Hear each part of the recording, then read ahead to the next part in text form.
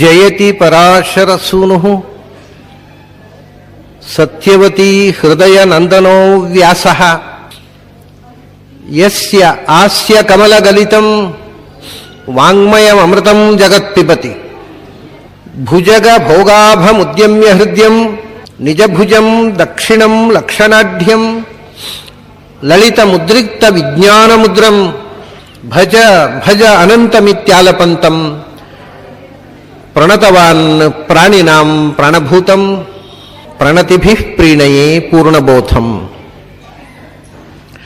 ಭವದವೋಷ್ಣೇನ ತಾತಪ್ಯಮಾನಾನ್ ಭುವಿ ಪರಂ ನಾಥಂ ಅಪ್ರೇಕ್ಷಮಾಣಾನ್ ಭುವನಮಾನ್ಯೇನ ಚ ಅನ್ಯೇನ ದೌಷ್ಣಾ ಭವತು ಭೀರ್ಮಾ ಇತಿ ನ ಸಾಂತ್ವಯಂತಂ ಪ್ರಣತವಾನ್ ಪ್ರಾಣಿನಾಂ ಪ್ರಾಣಭೂತಂ ಪ್ರಣತಿಭಿಃ ಪ್ರೀಣಯೇ ಪೂರ್ಣಬೋಧಂ ನಾರಾಯಣಂ ಸುರಗುರುಂ ಜಗದೇಕನಾಥಂ ಭಕ್ತಪ್ರಿಯಂ ಸಕಲಲೋಕ ನಮಸ್ಕೃತಂಚ ತ್ರೈಗುಣ್ಯವರ್ಜಿತಮಜಂ ವಿಭುಮಾದ್ಯಮೀಶಂ ವಂದೇ ಭವಘ್ನಂ ಅಮರಾಸುರಸಿದ್ಧವಂದ್ಯಂ ನಾರಾಯಣಂ ನಮಸ್ಕೃತ್ಯ ನರಂ ಚೈವ ನರೋತ್ತಮಂ ದೇವೀಂ ಸರಸ್ವತೀಂ ವ್ಯಾಸಂ ತತೋ ಜಯಮುದೀರಯೇ.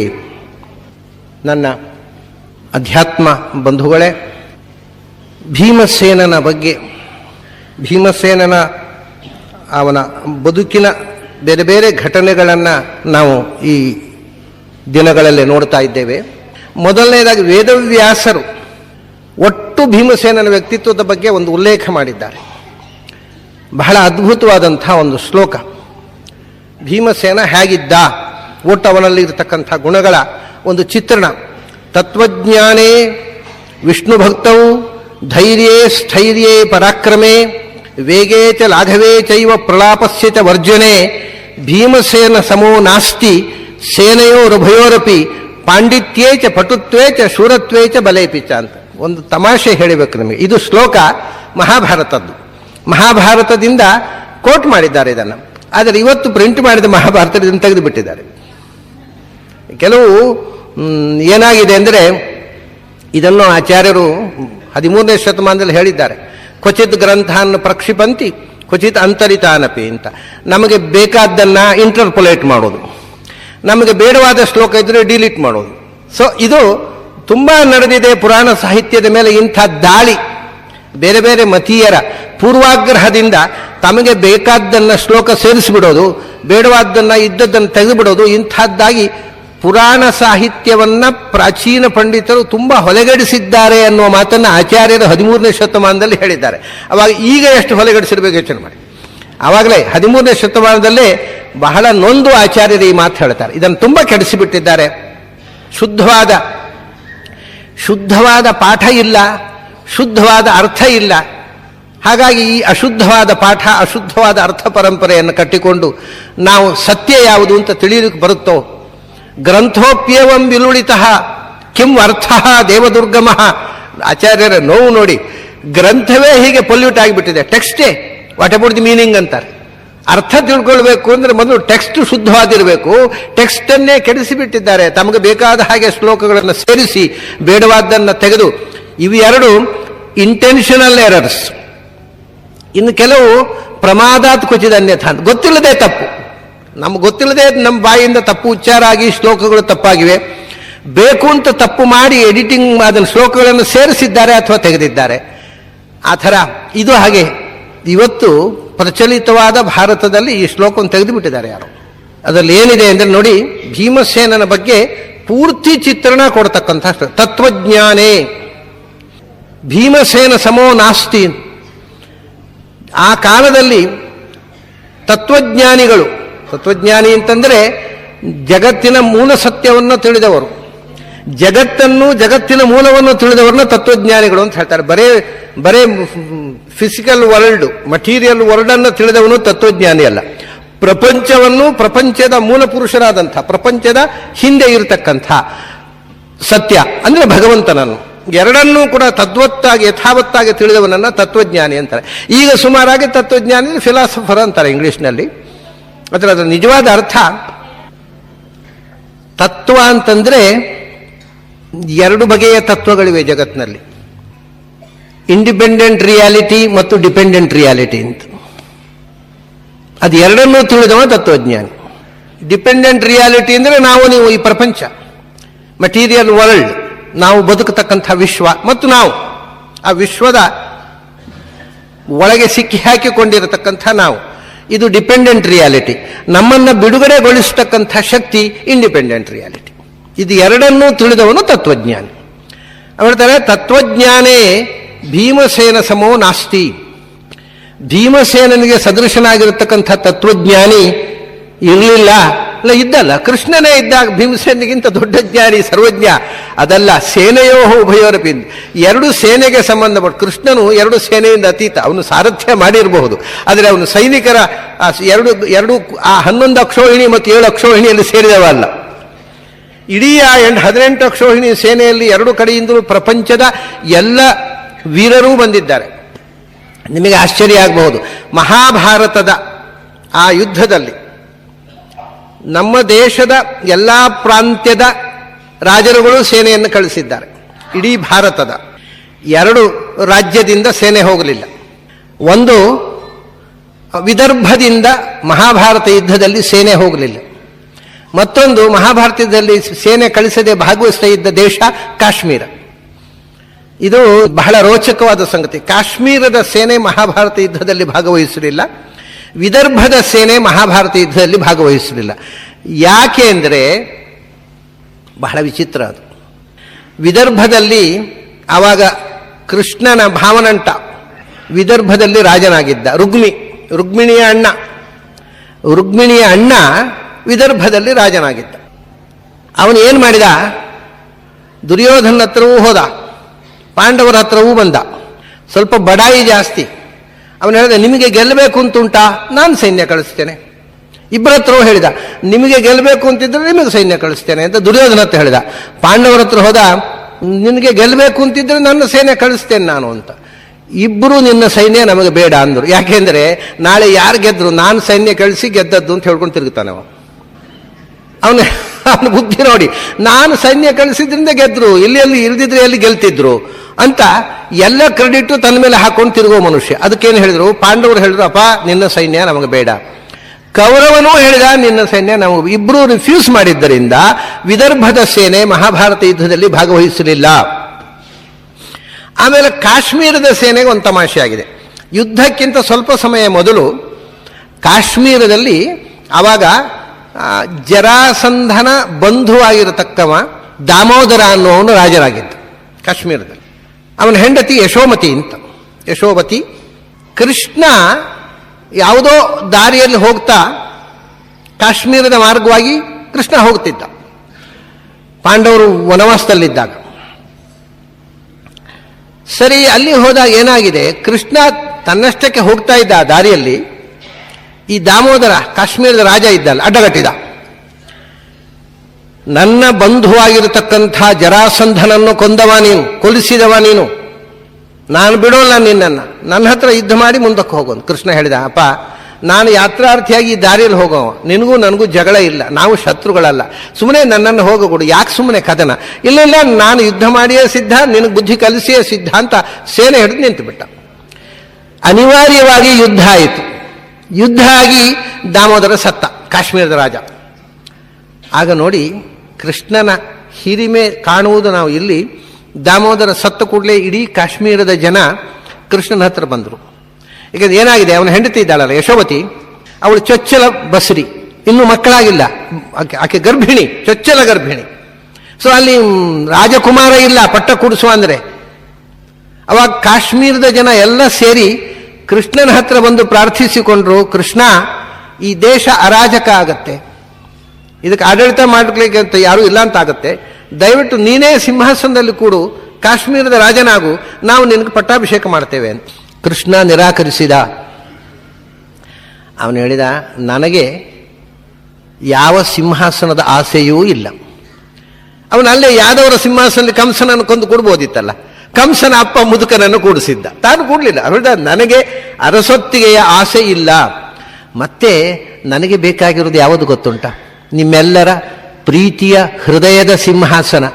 ಮರದ ಸಿಂಹಾಸನ, ಮಣ್ಣಿನ ಸಿಂಹಾಸನ, ಬೆಳ್ಳಿ ಬಂಗಾರದ ಸಿಂಹಾಸನ ಅಲ್ಲ. ನನಗೆ ಈ ಹೊರಗಿನ ಸಿಂಹಾಸನ ಬೇಡ, ನಿಮ್ಮ ಹೃದಯದಲ್ಲಿ ನನಗೆ ಜಾಗ ಕೊಡಿ, ನಾನು ಇರ್ತೀನಿ, ನಾನು ರಾಜನಾಗೋಲ್ಲ ಅಂದ ಕೃಷ್ಣ. ಕಾಶ್ಮೀರದ ಜನ ಬಿಡಲಿಲ್ಲ. ಹಾಗಂದ್ರೆ ಏನು ಕೃಷ್ಣ, ಈ ದೇಶಕ್ಕೆ ನಾಯಕರು ಬೇಕಲ್ಲ, ಇದು ಒಂಥರ ಅರಾಜಕ ಆಗಿಬಿಡುತ್ತೆ. ಆಡಳಿತ ಸೂತ್ರವನ್ನು ನಿರ್ವಹಣೆ ಮಾಡೋಕ್ಕೆ ಯಾರು ನಿರ್ವಹಣೆ ಮಾಡಬೇಕು? ಅಧಿಕಾರಿ ಒಬ್ಬ ಬೇಕಲ್ಲ, ಮಾರ್ಗದರ್ಶಕ ಒಬ್ಬ ಬೇಕು, ಮುಂದಾಳು. ಯಾರು ಮುಂದಾಳು ಇಲ್ಲದೆ ಅತಂತ್ರವಾಗಿಬಿಡುತ್ತೆ ಈ ದೇಶ ಅಂತ ಹೇಳಿದಾಗ, ಪ್ರಾಯ ನಮ್ಮ ದೇಶದ ಇತಿಹಾಸದಲ್ಲಿ ಮೊದಲ ಬಾರಿ ಒಂದು ನಿರ್ಧಾರ ತೆಗೆದುಕೊಂಡ ಕೃಷ್ಣ. ಏನು ಹೇಳಿದ? ಯಾಕೆ ಅತಂತ್ರ ಆಗತ್ತೆ? ಅಲ್ಲಿ ಯಾರು ಗಂಡಸರೇ ಯಾಕೆ ಆಳಬೇಕು?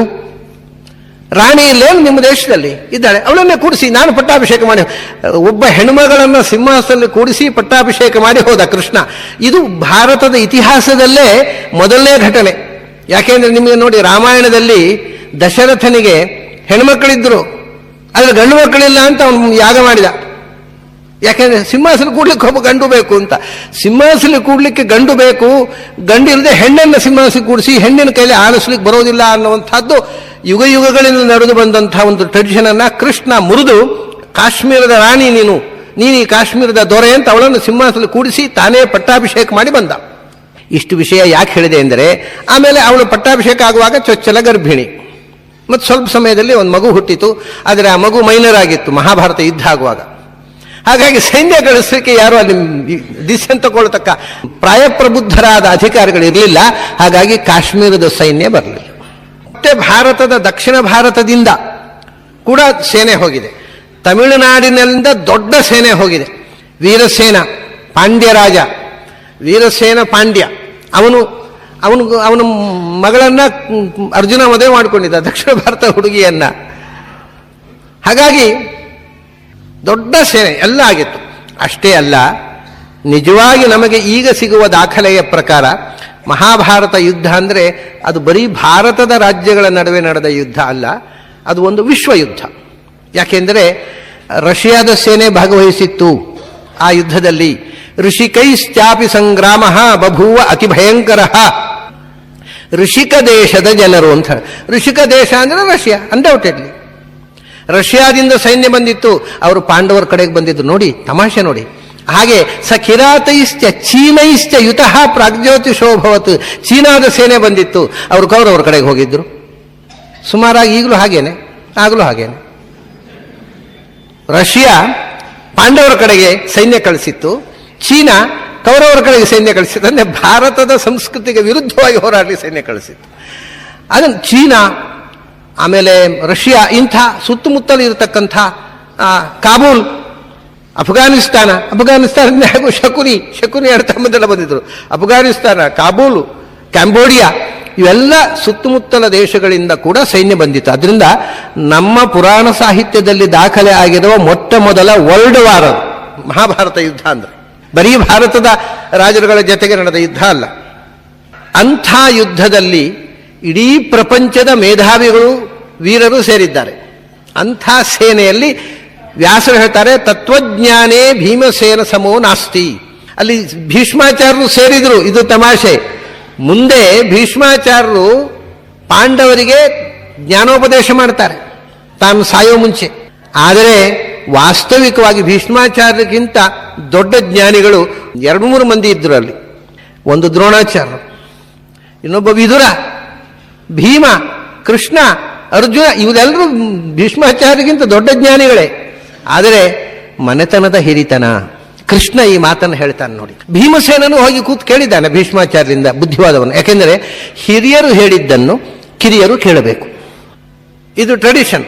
ಜ್ಞಾನ ಚಿಕ್ಕವರು ಈಗ ಮನೆಯಲ್ಲಿ ತಂದೆ ಅಷ್ಟು ಓದಿರ್ಲಿಲ್ಲ, ಕಾಲೇಜಿಗೆ ಹೋಗಿಲ್ಲ ಅಂತ ಇಟ್ಕೊಳ್ಳಿ. ಮಗ ಕಾಲೇಜಿನೆಲ್ಲ ಓದಿರ್ತಾನೆ. ನಾನು ಅಪ್ಪನ ಹತ್ರ ಏನು ಕೇಳೋದಿದೆ, ನಾನು ಕಾಲೇಜಿಗೆ ಹೋಗಿದ್ದೇನೆ ಅಂದರೆ ಅವನು ಕಾಲೇಜಿಗೆ ಹೋದ್ದು ದಂಡ. ತಂದೆಯ ಮೇಲೆ ರೆಸ್ಪೆಕ್ಟ್ ಕಳ್ಕೊಳ್ಳುವ ಎಜುಕೇಶನ್ ಅನ್ನು ಅವನು ಕಾಲೇಜಿನಲ್ಲಿ ಪಡೆದಿದ್ರೆ, ಇಂಥದ್ದು ಹಿಂದೆಯೂ ಇತ್ತು ನೋಡಿ. ನಚಿಕೇತನ ಅಣ್ಣ ಶ್ವೇತಕೇತು ವೇದ ಕಾಲದ ಬಹಳ ದೊಡ್ಡ ಋಷಿ. ಅವನನ್ನು ಅವನ ತಂದೆ ಉದ್ದಾಲಕ ಗುರುಕುಲಕ್ಕೆ ಕಳಿಸಿದ. ನನ್ನ ಹುಡುಗ ಬುದ್ಧಿವಂತ ಆಗಬೇಕು, ತುಂಬ ಜಾಣ ಆಗಬೇಕು ಅಂತ ಗುರುಕುಲಕ್ಕೆ ಕಳಿಸಿದ. ಅವನು 12 ಸ್ತಬ್ಧ ಏಯಾಯ 12 ವರ್ಷ ಗುರುಕುಲದಲ್ಲಿ ಅಧ್ಯಯನ ಮಾಡಿ ಗುರುಕುಲದಲ್ಲಿ ಅವನಿಗೆ ಬೆಸ್ಟ್ ಸ್ಟೂಡೆಂಟು ಅಂತ ಹೆಸರು ಬಂತು. ಗುರುಕುಲದಲ್ಲಿ ಅಧ್ಯಯನ ಮಾಡಿದ ಹುಡುಗರಲ್ಲೇ ಬಹಳ ಜಾಣ ಅಂತ ಹೆಸರು ಬಂತು. ಇವನಿಗೆ ಅದರಿಂದ ಈಗೋ ಮನೆಗೆ ಬಂದ ಅಂತೆ 12 ವರ್ಷ ಆದಮೇಲೆ. ಉಪನಿಷತ್ನ ಋಷಿಗಳು ತಮಾಷೆ ಮಾಡ್ತಾರೆ, ಅಪ್ಪನ ಹತ್ರ ಬಂದು ನಮಸ್ಕಾರ ಮಾಡಲಿಲ್ಲ ಅಂತೆ. ಯಾಕಂದರೆ ನನ್ನಷ್ಟು ಓದಲಿಲ್ಲ ನನ್ನಪ್ಪ, ನಾನು ಯಾಕೆ ನಮಸ್ಕಾರ ಮಾಡಬೇಕು ಅಂತ. ಅವನು 12 ವರ್ಷ ಓದಿ ಈ ಅಹಂಕಾರದ ಜೊತೆಗೆ ಬಂದ. ಎಲ್ಲ ಅಹಂಕಾರಗಳಿಗೆ ರಿಟೈರ್ಮೆಂಟ್ ಇದೆ. ಅಹಂಕಾರ ರಿಟೈರ್ ಆಗುತ್ತೆ ನೋಡಿ. ನಮ್ಮ ಯೌವನದ ಅಹಂಕಾರ ಮೈಯಲ್ಲಿ ರಿಂಕಲ್ಸ್ ಬಿದ್ದಾಗ ತನ್ನಷ್ಟಕ್ಕೆ ಹೋಗುತ್ತೆ. ಅಧಿಕಾರದ ಅಧಿಕಾರ ರಿಟೈರ್ ಆದ ಕೂಡಲೇ ಇಳಿದು ಹೋಗುತ್ತೆ. ದುಡ್ಡಿನ ಅಹಂಕಾರ ಕಿಸೆ ಖಾಲಿ ಆದಾಗ ಹೊರಟು ಹೋಗುತ್ತೆ. ಈ ವಿದ್ಯೆಯ ಅಹಂಕಾರ ಉಂಟಲ್ಲ, ಇದು ಸತ್ರು ಹೋಗೋಲ್ಲ. ಭಾರೀ ಡೇಂಜರಸ್, ಅತ್ಯಂತ ಅಪಾಯಕಾರಿ. ಮನುಷ್ಯ ಜ್ಞಾನದಿಂದ ವಿನಯ ಗಳಿಸಿದರೆ ಅವನ ಮೇಲೆ ಬಿದ್ದ. ಅಹಂಕಾರ ಬೆಳೆಸಿಕೊಂಡ್ರೆ ಅವನು ದೇವರಿಂದ ದೂರ ಹೋದ. ಯಾಕೆಂದರೆ ಎಲ್ಲಿ ಇಗೋ ಇರುತ್ತೆ ಅಲ್ಲಿ ಗಾಡ್ ಇರೋಲ್ಲ. ನಾವು ಇಗೋವನ್ನು ವಿದ್ಯೆಯಿಂದ ಇಗೋ ಬೆಳೆಸಿಕೊಂಡ್ರೆ ಜ್ಞಾನಶಾಸ್ತ್ರ ಓದಿ ದೇವರಿಂದ ದೂರ ಹೋಗೋ ಪ್ರೋಸೆಸ್ ಅದು. ಅದರಿಂದ ನಿಜವಾಗಿ ಅವನು ತಂದೆ ಹತ್ರ ಬಂದು ಸ್ತಬ್ಧ ಅಂತ ಸೆಟದು ನಿಂತು ಬಿಟ್ಟ ಅಂತೆ. ಅಪ್ಪನಿಗೆ ತಲೆಬಾಗಿ ನಮಸ್ಕಾರ ಮಾಡಲಿಲ್ಲ. ಯಾಕೆಂದ್ರೆ ನಾನು ಅಪ್ಪನಿಗಿಂತ ಬುದ್ಧಿವಂತ, ನಾನು ಯಾಕೆ ನಮಸ್ಕಾರ ಮಾಡಬೇಕು ಅಂತ. ನಮಗೆ ಶಿಕ್ಷಣ, ಇಂಥ ಶಿಕ್ಷಣ ಕೊಟ್ಟರೆ ಅದು ಶಿಕ್ಷಣ ಸಾಂಸ್ಕೃತಿಕವಾದ ಶಿಕ್ಷಣ ಅಲ್ಲ, ನಮ್ಮಲ್ಲಿ ಸಂಸ್ಕೃತಿಯನ್ನು ಮೂಡಿಸದ ಶಿಕ್ಷಣ ಆಗಿಬಿಡುತ್ತೆ. ಅದರಿಂದ ನಿಜವಾದ ಜ್ಞಾನ ದೊಡ್ಡವರನ್ನು ಗೌರವಿಸುವುದಕ್ಕೆ ಕಲಿಬೇಕು. ದೊಡ್ಡವರು ಅಂದರೆ ಜ್ಞಾನದಲ್ಲಿ ಮಾತ್ರ ಅಲ್ಲ, ವಯಸ್ಸಿನಲ್ಲಿ ದೊಡ್ಡವರಿಗೂ ಗೌರವ ಕೊಡಬೇಕು. ಮನೆಯಲ್ಲಿ ಹಿರಿಯರಿಗೆ ಗೌರವ ಕೊಡತಕ್ಕಂಥದ್ದು ಹಿರಿಯರ ಕರ್ತವ್ಯ. ಅದನ್ನು ತೋರಿಸುವುದಕ್ಕೋಸ್ಕರ ಭೀಮ ಅರ್ಜುನ ಎಲ್ಲ ಹೋಗಿ ಕೈ ಮುಗಿದು ಕೇಳಿದ್ದಾರೆ ಭೀಷ್ಮಾಚಾರ್ಯ ಹೇಳಿದಂಥ ಉಪದೇಶವನ್ನ. ಭೀಷ್ಮಾಚಾರ್ಯ ಹೇಳಿದ ಇವ್ರಿಗೆ ಗೊತ್ತಿಲ್ಲ ಅಂತಲ್ಲ, ಅದಕ್ಕಿಂತ ಚೆನ್ನಾಗಿ ಇವ್ರಿಗೆ ಗೊತ್ತಿತ್ತು ವಿಷಯ. ಆದರೆ ಕೃಷ್ಣ ಅದಕ್ಕೊಂದು ಮಾತು ಹೇಳ್ತಾನೆ ನೋಡಿ. ಭೀಷ್ಮಾಚಾರ್ಯ ಹೇಳ್ತಾರೆ, ಪಾಂಡವರನ್ನು ಕರ್ಕೊಂಡು ಹೋಗಿ ಕೃಷ್ಣ ನಿಲ್ಲಿಸ್ತಾನೆ ಭೀಷ್ಮಾಚಾರ್ಯ ಹತ್ರ, ನೀವು ನಿಮ್ಮ ಜ್ಞಾನ ಸಂಪತ್ತನ್ನ ನೀವು ಮುಂದಿನ ತಲೆಮಾರಿಗೆ ಕೊಟ್ಟು ಹೋಗಬೇಕು, ಈ ಮಕ್ಕಳಿಗೆ ಹೇಳಿ ಅಂತ ಹೇಳಿ. ಅವಾಗ ಭೀಷ್ಮಾಚಾರ್ಯ ಹೇಳ್ತಾರೆ, ಕೃಷ್ಣ ನಿನ್ನೆದ್ರು ನಾನು ಏನು ಹೇಳೋದಪ್ಪ, ನೀನೇ ಇದ್ದಿ, ನೀನೇ ಕರ್ಕೊಂಡು ಬಂದಿದ್ದಿ, ನಿನ್ನ ಮುಂದೆ ನಾನು ಏನು ಹೇಳೋದು. ಒಂದು, ನನಗೆ ವಯಸ್ಸಾಯಿತು, ನನಗೆ ಮೈಯೆಲ್ಲ ಬಾಣಗಳು ಚುಚ್ಚಿ ಪ್ರಾಣೋತ್ಕ್ರಮಣದ ವೇದನೆಯನ್ನು ಅನುಭವಿಸ್ತಾ ಇದ್ದೇನೆ, ಸ್ಮರಣ ಶಕ್ತಿ ಹೋಗ್ತಾ ಇದೆ. ಅಂಥ ಸಂದರ್ಭದಲ್ಲಿ ನಾನು ಹೇಳುವುದೇ ಕಷ್ಟ, ನನಗೆ ಸ್ಮರಣ ಶಕ್ತಿ ಹೋಗ್ತಾ ಇದೆ, ನಾನು ಪ್ರಾಣೋತ್ಕ್ರಮಣದ ಆ ಯಾತನೆಯನ್ನು ಅನುಭವಿಸ್ತಾ ಇದ್ದೇನೆ. ಅದ್ರ ಜೊತೆಗೆ ಎದುರು ನೀನು ಕೂತಿದ್ದೀಯಾ, ನಿನ್ನೆದುರು ನಾನು ಹೇಗೆ ಹೇಳಲಿ ಕೃಷ್ಣ. ಅದು ಕೃಷ್ಣ ಏನು ಹೇಳ್ತಾನೆ ಗೊತ್ತಾ, ನೀನೇ ಹೇಳು ಅಂತಾರೆ ಭೀಷ್ಮಾಚಾರ್ಯ. ನಾನು ಹೇಳೋಲ್ಲ, ಯಾಕೆಂದರೆ ಇದೊಂದು ತಮಾಷೆ ನೋಡಿ. ನಮ್ಮಲ್ಲಿ ಒಂದು ಸಂಪ್ರದಾಯ ಇದೆ, ವೈದಿಕರಲ್ಲಿ ಉಪನಯನ ಅಂತ ಮಾಡ್ತಾರೆ. ಉಪನಯನ ಮಾಡುವಾಗ ಮಗನಿಗೆ ತಂದೆ ಗಾಯತ್ರಿ ಉಪದೇಶ ಕೊಡ್ತಾನೆ. ಈಗ ಏನಾಗಿದೆ, ನನ್ನ ತಂದೆಗೆ ಬಹಳ ಜನ ತಂದೆ ಅಂದ್ರಿಗೆ ಗಾಯತ್ರಿ ಮರೆತು ಹೋಗಿದೆ. ಅದೇನು ಪುರೋಹಿತರೆ ನನಗೆ ಮರೆತು ಹೋಗಿದೆ, ನೀವು ಹೇಳ್ಬಿಡಿ ಅಂತ ಹೇಳಿರಾಗತ್ತಾ. ಪುರೋಹಿತರಿಗೆ ಚೆನ್ನಾಗಿ ಬರುತ್ತೆ, ಅದರಿಂದ ಪುರೋಹಿತ ಮಾಡ್ತಾರೆ. ನನಗೆ ಸರಿ ಬರೋಲ್ರಿ ಗಾಯತ್ರಿ, ನೀವೇ ಹೇಳ್ರಿ. ಕಡೆ ಪುರೋಹಿತರು ಏನು ಹೇಳ್ತಾರೆ ಗೊತ್ತಾ, ತಂದೆಯ ಕಿವಿಯಲ್ಲಿ ಪುರೋಹಿತರು ಹೇಳ್ತಾರೆ, ತಂದೆ ಮಗನ ಕಿವಿಯಲ್ಲಿ ಹೇಳ್ತಾನೆ, ಹೊರತು ನೇರ ಪುರೋಹಿತರು ಹೇಳೋಲ್ಲ. ಯಾಕೆಂದ್ರೆ ಹಿರಿಯರಿಂದ ಮಕ್ಕಳಿಗೆ ಮನೆತನದ ವಿದ್ಯೆ ಬರಬೇಕು ಅಂತ. ಹಾಗೆ ಕೃಷ್ಣ ಹೇಳ್ತಾನೆ, ನಾನು ಹೇಳಿದ್ರೆ ಉಪಯೋಗ ಇಲ್ಲ, ನೀವು ಮನೆತನದ ಹಿರಿಯ, ನಿಮ್ಮ ಮೂಲಕ ನಿಮ್ಮ ಮೊಮ್ಮಕ್ಕಳಿಗೆ ಈ ಜ್ಞಾನ ಬರಬೇಕು ಅಂತ. ಇದೆಲ್ಲ ಆ ಕಾಲದ ಟ್ರೆಡಿಷನ್ ಅನ್ನ ಕೃಷ್ಣ ಜನರಲ್ಲಿ ಬಿಂಬಿಸಿದ ರೀತಿ. ಅದಕ್ಕೋಸ್ಕರ ಕೃಷ್ಣನ ಅನುಯಾಯಿಗಳಾಗಿ ಭೀಮಾರ್ಜುನರು ಪಾಂಡವರೆಲ್ಲ ಬಂದು ಕೂತು ಕೇಳಿದ್ದಾರೆ. ಅಂಥ ಭೀಮ ಅವನು ಹೇಳ್ತಾನೆ, ತತ್ವಜ್ಞಾನೇ ನಿಜವಾಗಿ ಆದರೆ ಭೀಷ್ಮಾಚಾರ್ಯರಲ್ಲ, ದ್ರೋಣಾಚಾರ್ಯರಲ್ಲ, ಯಾರೂ ಅಲ್ಲ. ಸೇನೆಯು ಉಭಯೋರಪಿ ಭೀಮಸೇನ ಸಮೋ ನಾಸ್ತಿ. ಎರಡು ಸೇನೆಯಲ್ಲಿ ಯಾವೊಬ್ಬನೂ ಭೀಮಸೇನಂಥ ಜ್ಞಾನಿ ಇರಲಿಲ್ಲ. ಇದು ವ್ಯಾಸರು ಬಹಳ ಸ್ಪಷ್ಟವಾಗಿ ಡಿಕ್ಲೇರ್ ಮಾಡಿದ ಸಂಗತಿ. ಆಮೇಲೆ ಎರಡನೇ ಸಂಗತಿ ನಾನು ಹೇಳಿ, ವಿಷ್ಣು ಭಕ್ತವು, ದೇವರ ಮೇಲೆ ಭಕ್ತಿ ಭೀಮನಿಗೆ ಇದ್ದಂಥ ಅನನ್ಯ ನಿಷ್ಠೆ ಯಾರಿಗೂ ಇರಲಿಲ್ಲ. ಆಮೇಲೆ ಧೈರ್ಯೇ, ಸ್ಥೈರ್ಯೇ, ಪರಾಕ್ರಮೆ. ಧೈರ್ಯ ಅಂದರೆ ಎಂಥ ಸಂದರ್ಭದಲ್ಲೂ ಎದೆಗೆಡದ, ಯಾವ ಪ್ರಸಂಗದಲ್ಲೂ ಜೀವನದಲ್ಲಿ ಕಂಗೆಡದ, ಎಂಥ ಸಮಸ್ಯೆ ಬಂದರೂ ಎದುರಿಸುವಂಥ ಆತ್ಮವಿಶ್ವಾಸ, ಕಾನ್ಫಿಡೆನ್ಸ್ ಧೈರ್ಯ ಅಂದರೆ. ಸ್ಥೈರ್ಯ ಅಂದರೆ ಕನ್ವಿಕ್ಷನ್, ಹೇಳಿದೆ ನಾನು. ಯಾವ ಸಂದರ್ಭದಲ್ಲೂ ಗೊಂದಲಕ್ಕೊಳಗಾಗ, ಇದಮಿತ್ತಂ, ಇದು ಹೀಗೆ, ಇದು ಹೀಗೆ, ಅದೊಂದು ಯಾವತ್ತೂ ಗೊಂದಲಕ್ಕೊಳಗಾಗದ ಒಂದು ಕನ್ವಿಕ್ಷನ್. ಆಮೇಲೆ ಪರಾಕ್ರಮ, ಶತ್ರುಗಳನ್ನು ಸದೆಬಡಿಯುವ ತಾಕತ್ತು, ಶತ್ರುಗಳನ್ನು ಬಗ್ಗು ಬಡಿಯುವ, ಮಣಿಸುವ ತಾಕತ್ತು, ಪರಾಕ್ರಮ. ಇದೆಲ್ಲ ತತ್ವಜ್ಞಾನೇ ವಿಷ್ಣು ಭಕ್ತವು, ಧೈರ್ಯೇ, ಸ್ಥೈರ್ಯೇ, ಪರಾಕ್ರಮೆ. ಆಮೇಲೆ ವೇಗೇಚ, ಯುದ್ಧದಲ್ಲಿ ಮತ್ತು ಯಾವುದೇ ಒಂದು ಕೆಲಸ ಮಾಡುವುದರಲ್ಲಿ ಫಾಸ್ಟ್ನೆಸ್. ಕ್ವಿಕ್ನೆಸ್. ಇದನ್ನು ನೀವು ಮಹಾಭಾರತದಲ್ಲಿ ಭೀಮನ ಯುದ್ಧದ ಚಮತ್ಕಾರವನ್ನು ಆ ಚಾಪ್ಟರ್ಗಳನ್ನು ನೋಡಬೇಕು. ಬಹಳ ಅದ್ಭುತ ಅದು. ಭೀಮಸೇನ ಯುದ್ಧರಂಗಕ್ಕೆ ಇಳಿದ ಅಂದರೆ ಕೌರವನಿಗೆ ತಲೆಬಿಸಿ. ಯಾಕಂದರೆ ಅವನು ಎದುರು ಯಾರನ್ನು ಕಳಿಸೋದು? ಯಾರು ಹೋಗ್ಲಿಕ್ಕೆ ಕೇಳ್ತಿರ್ಲಿಲ್ಲ ಭೀಮಸೇನ ಎದುರು ನಿಲ್ಲಕ್ಕೆ. ಅದಕ್ಕೆ ಏನು ಮಾಡ್ತಿದ್ರು ಅಂದರೆ, ಇದು ಮಹಾಭಾರತದಲ್ಲಿ ಬರುತ್ತೆ, ಭೀಮಸೇನ ಹೋದ ಅಂದರೆ ಅವನ ಮೇಲೆ ಯಾರು ವೀರರನ್ನು ಕಳಿಸೋದಲ್ಲ, ಆನೆಗಳನ್ನು ಛೂ ಬಿಡ್ತಿದ್ರಂತೆ. ಆನೆಗಳನ್ನು ಛೂ ಬಿಟ್ಬಿಡೋದು ಅವನ ಮೇಲೆ. ಆವಾಗ ಭೀಮಸೇನ ಏನು ಮಾಡ್ತಿದ್ದ ಅದನ್ನು ವೇದವ್ಯಾಸರು ಬಹಳ ಅದ್ಭುತವಾಗಿ ಪಿಕ್ಚರಸ್ಕಾಗಿ ಚಿತ್ರಣ ಮಾಡ್ತಾರೆ. ಆನೆಗಳನ್ನು ಛೂ ಬಿಟ್ರೆ ಆನೆಗಳು ಬಂದ್ಬಿಡೋ, ಇವನ ರಥವನ್ನು ತುಳಿದು ಪುಡಿ ಮಾಡಿ ಕುದುರೆಗಳನ್ನು ಕೊಂದು ಎಲ್ಲ ಅಧ್ವಾನ ಆಗೋದಲ್ಲ, ರಥದಿಂದ ಜಿಗಿದ್ಬಿಡೋನಂತೆ ಭೀಮಸೇನ. ಸೇನಾಪತಿ ಗಾಡಿ ಹಿಡ್ಕೊಂಡು ಹೋಗಯ್ಯ ನೀನು ವಿಶ್ರಾಂತಿ ತಗೋ ಅಂತ ರಥದಿಂದ ಕೆಳಕ್ಕೆ ಹಾರಿ ಬಿಡ್ತಿದ್ದಂತೆ ಭೀಮಸೇನ. ಕೆಳಕ್ಕೆ ಹಾರಿ ಗದೆಯನ್ನು ರಥದಲ್ಲೇ ಬಿಟ್ಟು ಕೆಳಕ್ಕೆ ಇಳಿದ್ಬಿಡೋನು. ಬರಿಗೈಯಲ್ಲಿ ಆನೆಗಳು ಎದುರು ಹೋಗೋನು. ಅವನು ಎದುರು ಹೋದಾಗ ಆನೆ ಏನು ಮಾಡುತ್ತೆ, ಇವನನ್ನು ಸೊಂಡಿಲಿನಲ್ಲಿ ಹಿಡಿದು ಎತ್ತಿ ಚಚ್ಚಬೇಕು ಅಂತ ಸೊಂಡಿಲ ಎತ್ತಿದಾಗ ಅದರ ಹೊಟ್ಟೆ ಅಡಿಯಲ್ಲಿ ಹೋಗಿ ನಿಂತು ಬಿಡೋನಂತವನು. ಇದೆಲ್ಲ ಕ್ವಿಕ್ನೆಸ್ಸು, ಎದುರಾಳಿಗಳನ್ನು ಮಣಿಸುವ ಕ್ವಿಕ್ನೆಸ್ಸು. ಹೊಟ್ಟೆ ಅಡಿಯಲ್ಲಿ ಹೋಗಿ ನಿಂತು ಹೊಟ್ಟೆಯನ್ನು ಕಿಕ್ ಮಾಡೋದಂತೆ. ಹುಚ್ಚಿಡಿದಾಗುತ್ತೆ ಆನೆಗಳಿಗೆ. ಯಾಕೆಂದರೆ ಬಾಲ ಜಾಡಿಸುತ್ತೆ, ಹಿಂದಿನ ಕಾಲು ಜಾಡಿಸುತ್ತೆ, ಮುಂದಿನ ಕಾಲು ಜಾಡಿಸುತ್ತೆ, ಸೊಂಡಿಲ ಎಲ್ಲಿಯೂ ಸಿಗೋಲ್ಲ, ಏನೋ ಹಿಂಸೆ ಆಗುತ್ತೆ ಅದಕ್ಕೆ. ಹೊಟ್ಟೆಯನ್ನು ಕಿಕ್ ಮಾಡ್ತಾ ಇರೋದು. ಹೀಗೆ ಆ ಹೊಟ್ಟೆ ಸತಾಯಿಸಿ ಅವು ಸುತ್ತು ಬರ್ತಾವೆ. ಆವಾಗ ಹೊಟ್ಟೆ ಕಿಕ್ಕಿದ ಕೂಡಲೇ ಯಾವ ಬದಿಯಲ್ಲಿ ಸಿಗ್ತಾನೆ ಅಂತ ಅವು ಹೀಗೆ ಪ್ರದಕ್ಷಿಣೆ ಬಂದು ಸುಸ್ತಾಗತ್ತೆ.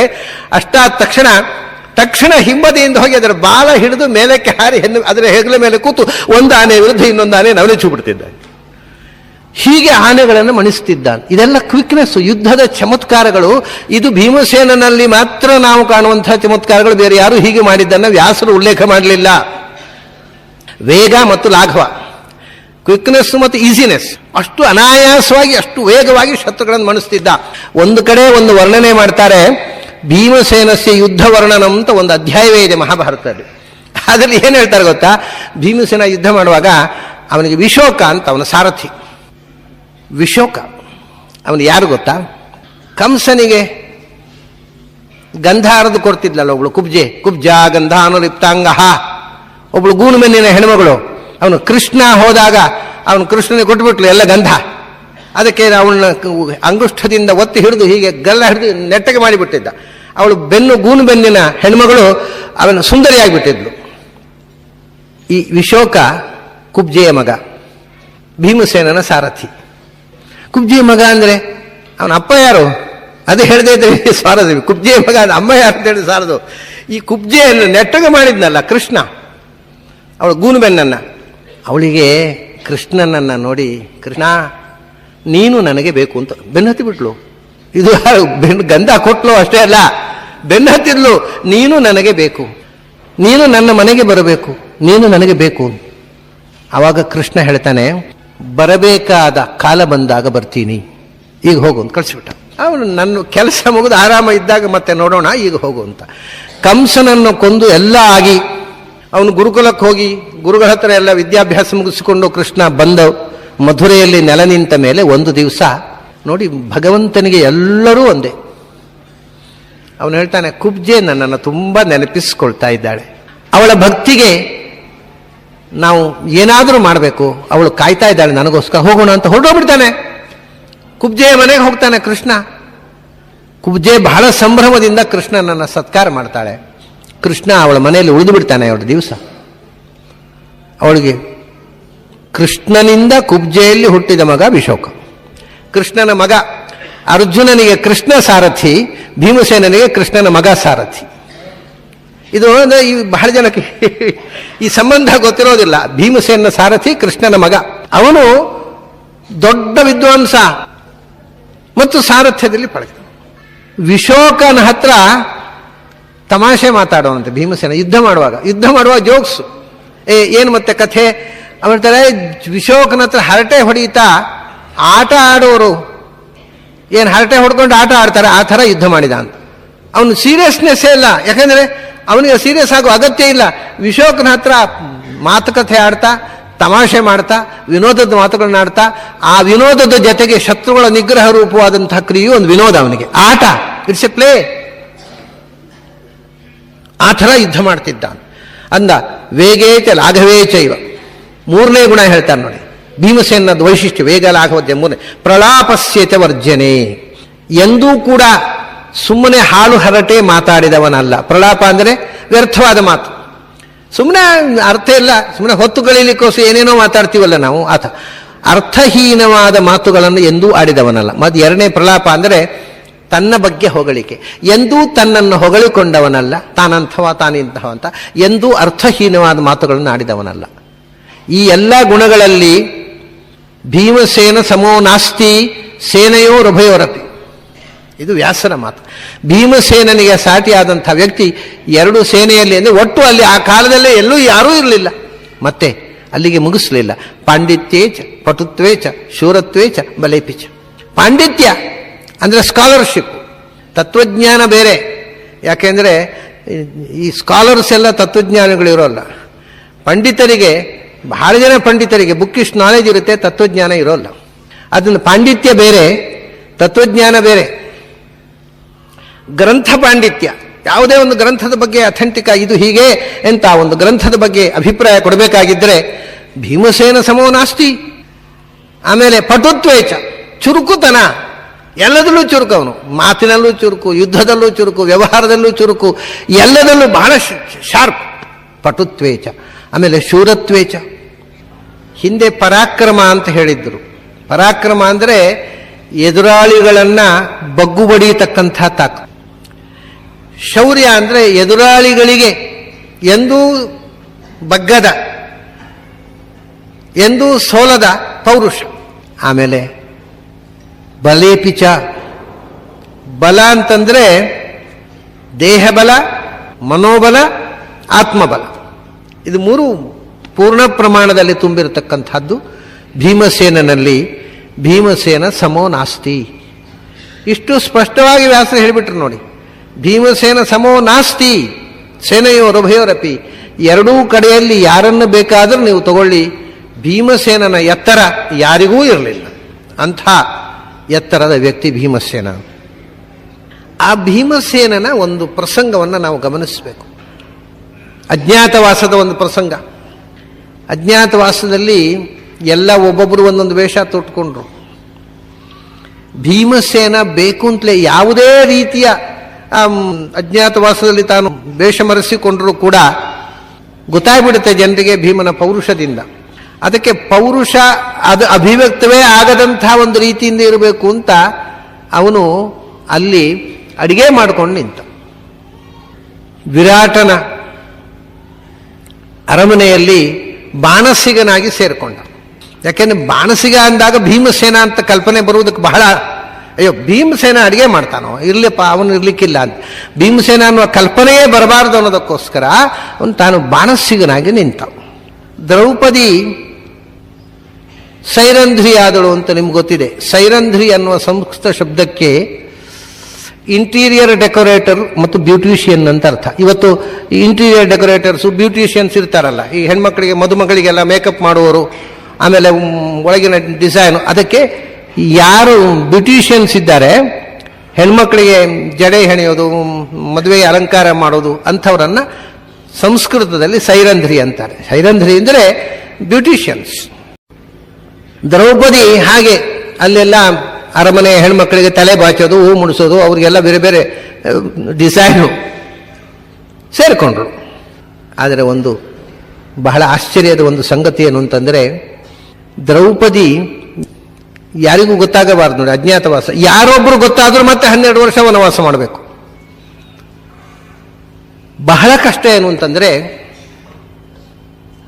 ಭೀಮಸೇನ ಗೊತ್ತಾಗ್ಬಿಡುತ್ತೆ, ಅದಕ್ಕಿಂತ ದೊಡ್ಡ ಕಷ್ಟ ದ್ರೌಪದಿ. ಯಾಕೆಂದರೆ ದ್ರೌಪದಿಯ ಬಗ್ಗೆ ಒಂದು ಮಾತು ಹೇಳ್ತಾರೆ ವ್ಯಾಸರು. 4 ಶಬ್ದದಲ್ಲಿ ಇಡೀ ದ್ರೌಪದಿಯ ವ್ಯಕ್ತಿತ್ವವನ್ನು ವ್ಯಾಸರು ಸೆರೆ ಹಿಡಿತಾರೆ. ಪ್ರಿಯಾಚ, ದರ್ಶನೀಯಾಚ, ಪಂಡಿತಾಚ, ಪತಿವ್ರತ ಅಂತ 4 ಶಬ್ದಗಳಲ್ಲಿ ಒಂದು ಹೆಣ್ಣಿನ ಎಲ್ಲ ವೈಶಿಷ್ಟ್ಯಗಳನ್ನು ಸೆರೆ ಹಿಡಿದು ಅರ್ಧ ಶ್ಲೋಕ. ಪ್ರಿಯಾಚ, ಎಲ್ಲರಿಗೂ ಬಹಳ ಆತ್ಮೀಯಳು. ದ್ರೌಪದಿ ಅಂತಂದರೆ ಎಲ್ಲರಿಗೂ ಇಷ್ಟ, ಬಹಳ ಆತ್ಮೀಯಳು. ಆಮೇಲೆ 2ನೇ ದರ್ಶನೀಯಾಚ, ಅತ್ಯಂತ ಸುಂದರಿ. ಎಷ್ಟು ಸುಂದರಿ ಅಂತಂದರೆ ಅದನ್ನು ವ್ಯಾಸರು ಮುಂದೆ ಹೇಳ್ತಾರೆ ಒಂದೆರಡು ಕಡೆ, ನಾನು ತಮ್ಮ ಮುಂದೆ ನಿವೇದಿಸಿಕೊಳ್ತೇನೆ. ಆ ಕಾಲದಲ್ಲಿ ಇಡೀ ದೇಶದಲ್ಲಿದ್ದಂಥ ಹೆಣ್ಮಕ್ಕಳಲ್ಲಿ ಅತ್ಯಂತ ಹೆಚ್ಚು ಸುಂದರಿ ಯಾರು ಅಂದರೆ ದ್ರೌಪದಿ ಆಗಿದ್ಲು. ಭಾರೀ ಸುಂದರಿ. ಎಲ್ಲರಿಗೂ ಆತ್ಮೀಯಳು, ಅತ್ಯಂತ ಸುಂದರಿ. ಸೌಂದರ್ಯ ಮಾತ್ರ ಕ್ವಾಲಿಟಿ ಅಲ್ಲ, ಪಂಡಿತಾಚ. ಆ ಕಾಲದಲ್ಲೇ ಮಹಾವಿದುಷಿ.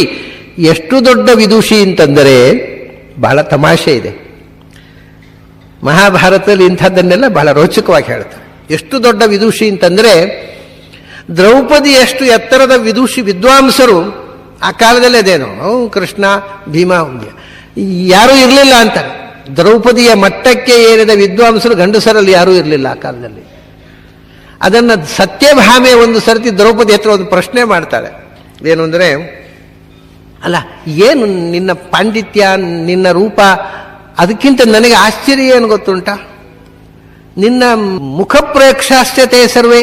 ಅವಳು ಹೇಳ್ತಾಳೆ, 5 ಜನ ಗಂಡಂದಿರಲ್ಲಿ ಅಭಿಪ್ರಾಯ ಭೇದ ಬಂದಾಗ ತೀರ್ಮಾನ ಏನು ಗೊತ್ತುಂಟ, 5 ಜನರು ಇವ್ರ ಚರ್ಚೆ ಆಯಿತು, ಒಬ್ಬನ ಅಭಿಪ್ರಾಯನೂ ಒಬ್ಬ ಒಪ್ಪಲಿಲ್ಲ, ಅಣ್ಣ ತಮ್ಮಂದಿರಲ್ಲಿ 5 ಜನರ ಅಭಿಪ್ರಾಯ ಭೇದ ಬಂದಾಗ ಒಂದು ಕೆಲಸ ಮಾಡೋಣ, ಏನು ದ್ರೌಪದಿ ಹತ್ರ ಕೇಳೋಣ, ನಾವು ಹೇಳಿದಾಗ ಮಾಡೋಣ. ಸೊ ಏನು ಡಿಸ್ಪ್ಯೂಟ್ ಬಂದರೆ final decision must come from Draupadi. ಇದು ಏನು ವಿಚಿತ್ರ, ಎಲ್ಲ ನಿನ್ನ 5 ಜನ ಗಂಡಂದಿರು ನಿನ್ನ ಮೋರೇ ನೋಡ್ತಾರೆ ಕೊನೆಯ ತೀರ್ಮಾನಕ್ಕೆ. ಅದಕ್ಕೆ ಒಂದು ತಮಾಷೆ ಮಾಡ್ತಾಳೆ ಸತ್ಯಭಾಮೆ, ಅಲ್ಲಮ್ಮ ನನಗಿರೋನು ಒಬ್ಬ ಗಂಡ, ಅವನು ನನ್ನ ಕೈಗೆ ಸಿಕ್ಕೋಲ್ಲ, ನೀನು 5 ಜನ ಗಂಡಂದ್ರೆ ಹೇಗೆ ಹೀಗೆ ನಿನ್ನ ಮುಷ್ಟಿ ಒಳಗೆ ಇಟ್ಕೊಂಡಿದ್ದೆ, ಅದ್ರ ಗುಟ್ಟೆತ್ತನೆ ಹೇಳು ಅಂತಾನೆ ಸತ್ಯಭಾಮೆ. ಮಹಾಭಾರತದಲ್ಲಿ ಸತ್ಯಭಾಮ ದ್ರೌಪದಿ ಸಂವಾದ ಪರ್ವ ಅಂತ ಒಂದು ಪರ್ವವೇ ಇದೆ. ಅದು ಬೇಕು ಅಂತ ಕೃಷ್ಣ ಸತ್ಯಭಾಮೆಯನ್ನು ಕರ್ಕೊಂಡು ಬಂದು ದ್ರೌಪದಿ ಹತ್ರ ಬಿಟ್ಟು ಬಿಡ್ತಾನೆ. ಅವಾಗ ಹೇಳ್ತಾನೆ, ನನಗೆ ಒಬ್ಬ ಗಂಡ ನನ್ನ ಕೈಗೆ ಸಿಗೋಲ್ಲ, ನೀನು 5 ಜನ ಗಂಡಂದ್ರೆ ನಿನ್ನ ಹೇಳಿದ ಹಾಗೆ ಕೇಳ್ತಾರೆ ಅಂದರೆ ಆ ಗುಟ್ಟು ಏನು, ನನಗೆ ಆ ಟೆಕ್ನಿಕ್ ಹೇಳಿಕೊಡು ಅಂತಾಳೆ. ಹಾಗೆ ಅಂಥ ದೊಡ್ಡ ವಿದುಷಿ, ಪಂಡಿತಾಚ, ಪತಿವ್ರತ. 4 ಗುಣಗಳು ಅತ್ಯಂತ ಎಲ್ಲರಿಗೂ ಬೇಕಾದವಳು. ಯಾರು ಕೂಡ ದ್ರೌಪದಿಯಿಂದ ಮುಖ ಮುರಿದವರಿಲ್ಲ. ಅತ್ಯಂತ ಎಲ್ಲರನ್ನೂ ಆತ್ಮೀಯತೆಯಿಂದ ಕಂಡವಳು. ಜಗತ್ತಿನಲ್ಲಿ ಆ ಕಾಲದಲ್ಲೇ ಸರ್ವಶ್ರೇಷ್ಠ ಸುಂದರಿ, ಸರ್ವಶ್ರೇಷ್ಠ ವಿದುಷಿ, ಮಹಾದೊಡ್ಡ ಪತಿವ್ರತೆ. ಹಾಗಾಗಿ ಅಜ್ಞಾತವಾಸದ ದೊಡ್ಡ ಸಮಸ್ಯೆ ಏನು ಗೊತ್ತುಂಟ, ಅವಳ ಸೌಂದರ್ಯವನ್ನು ಕಂಡು ಒಂದು ಸೌಂದರ್ಯವನ್ನು ಕಂಡು ಎಲ್ಲರೂ ಮರಳಾಗುವವರು.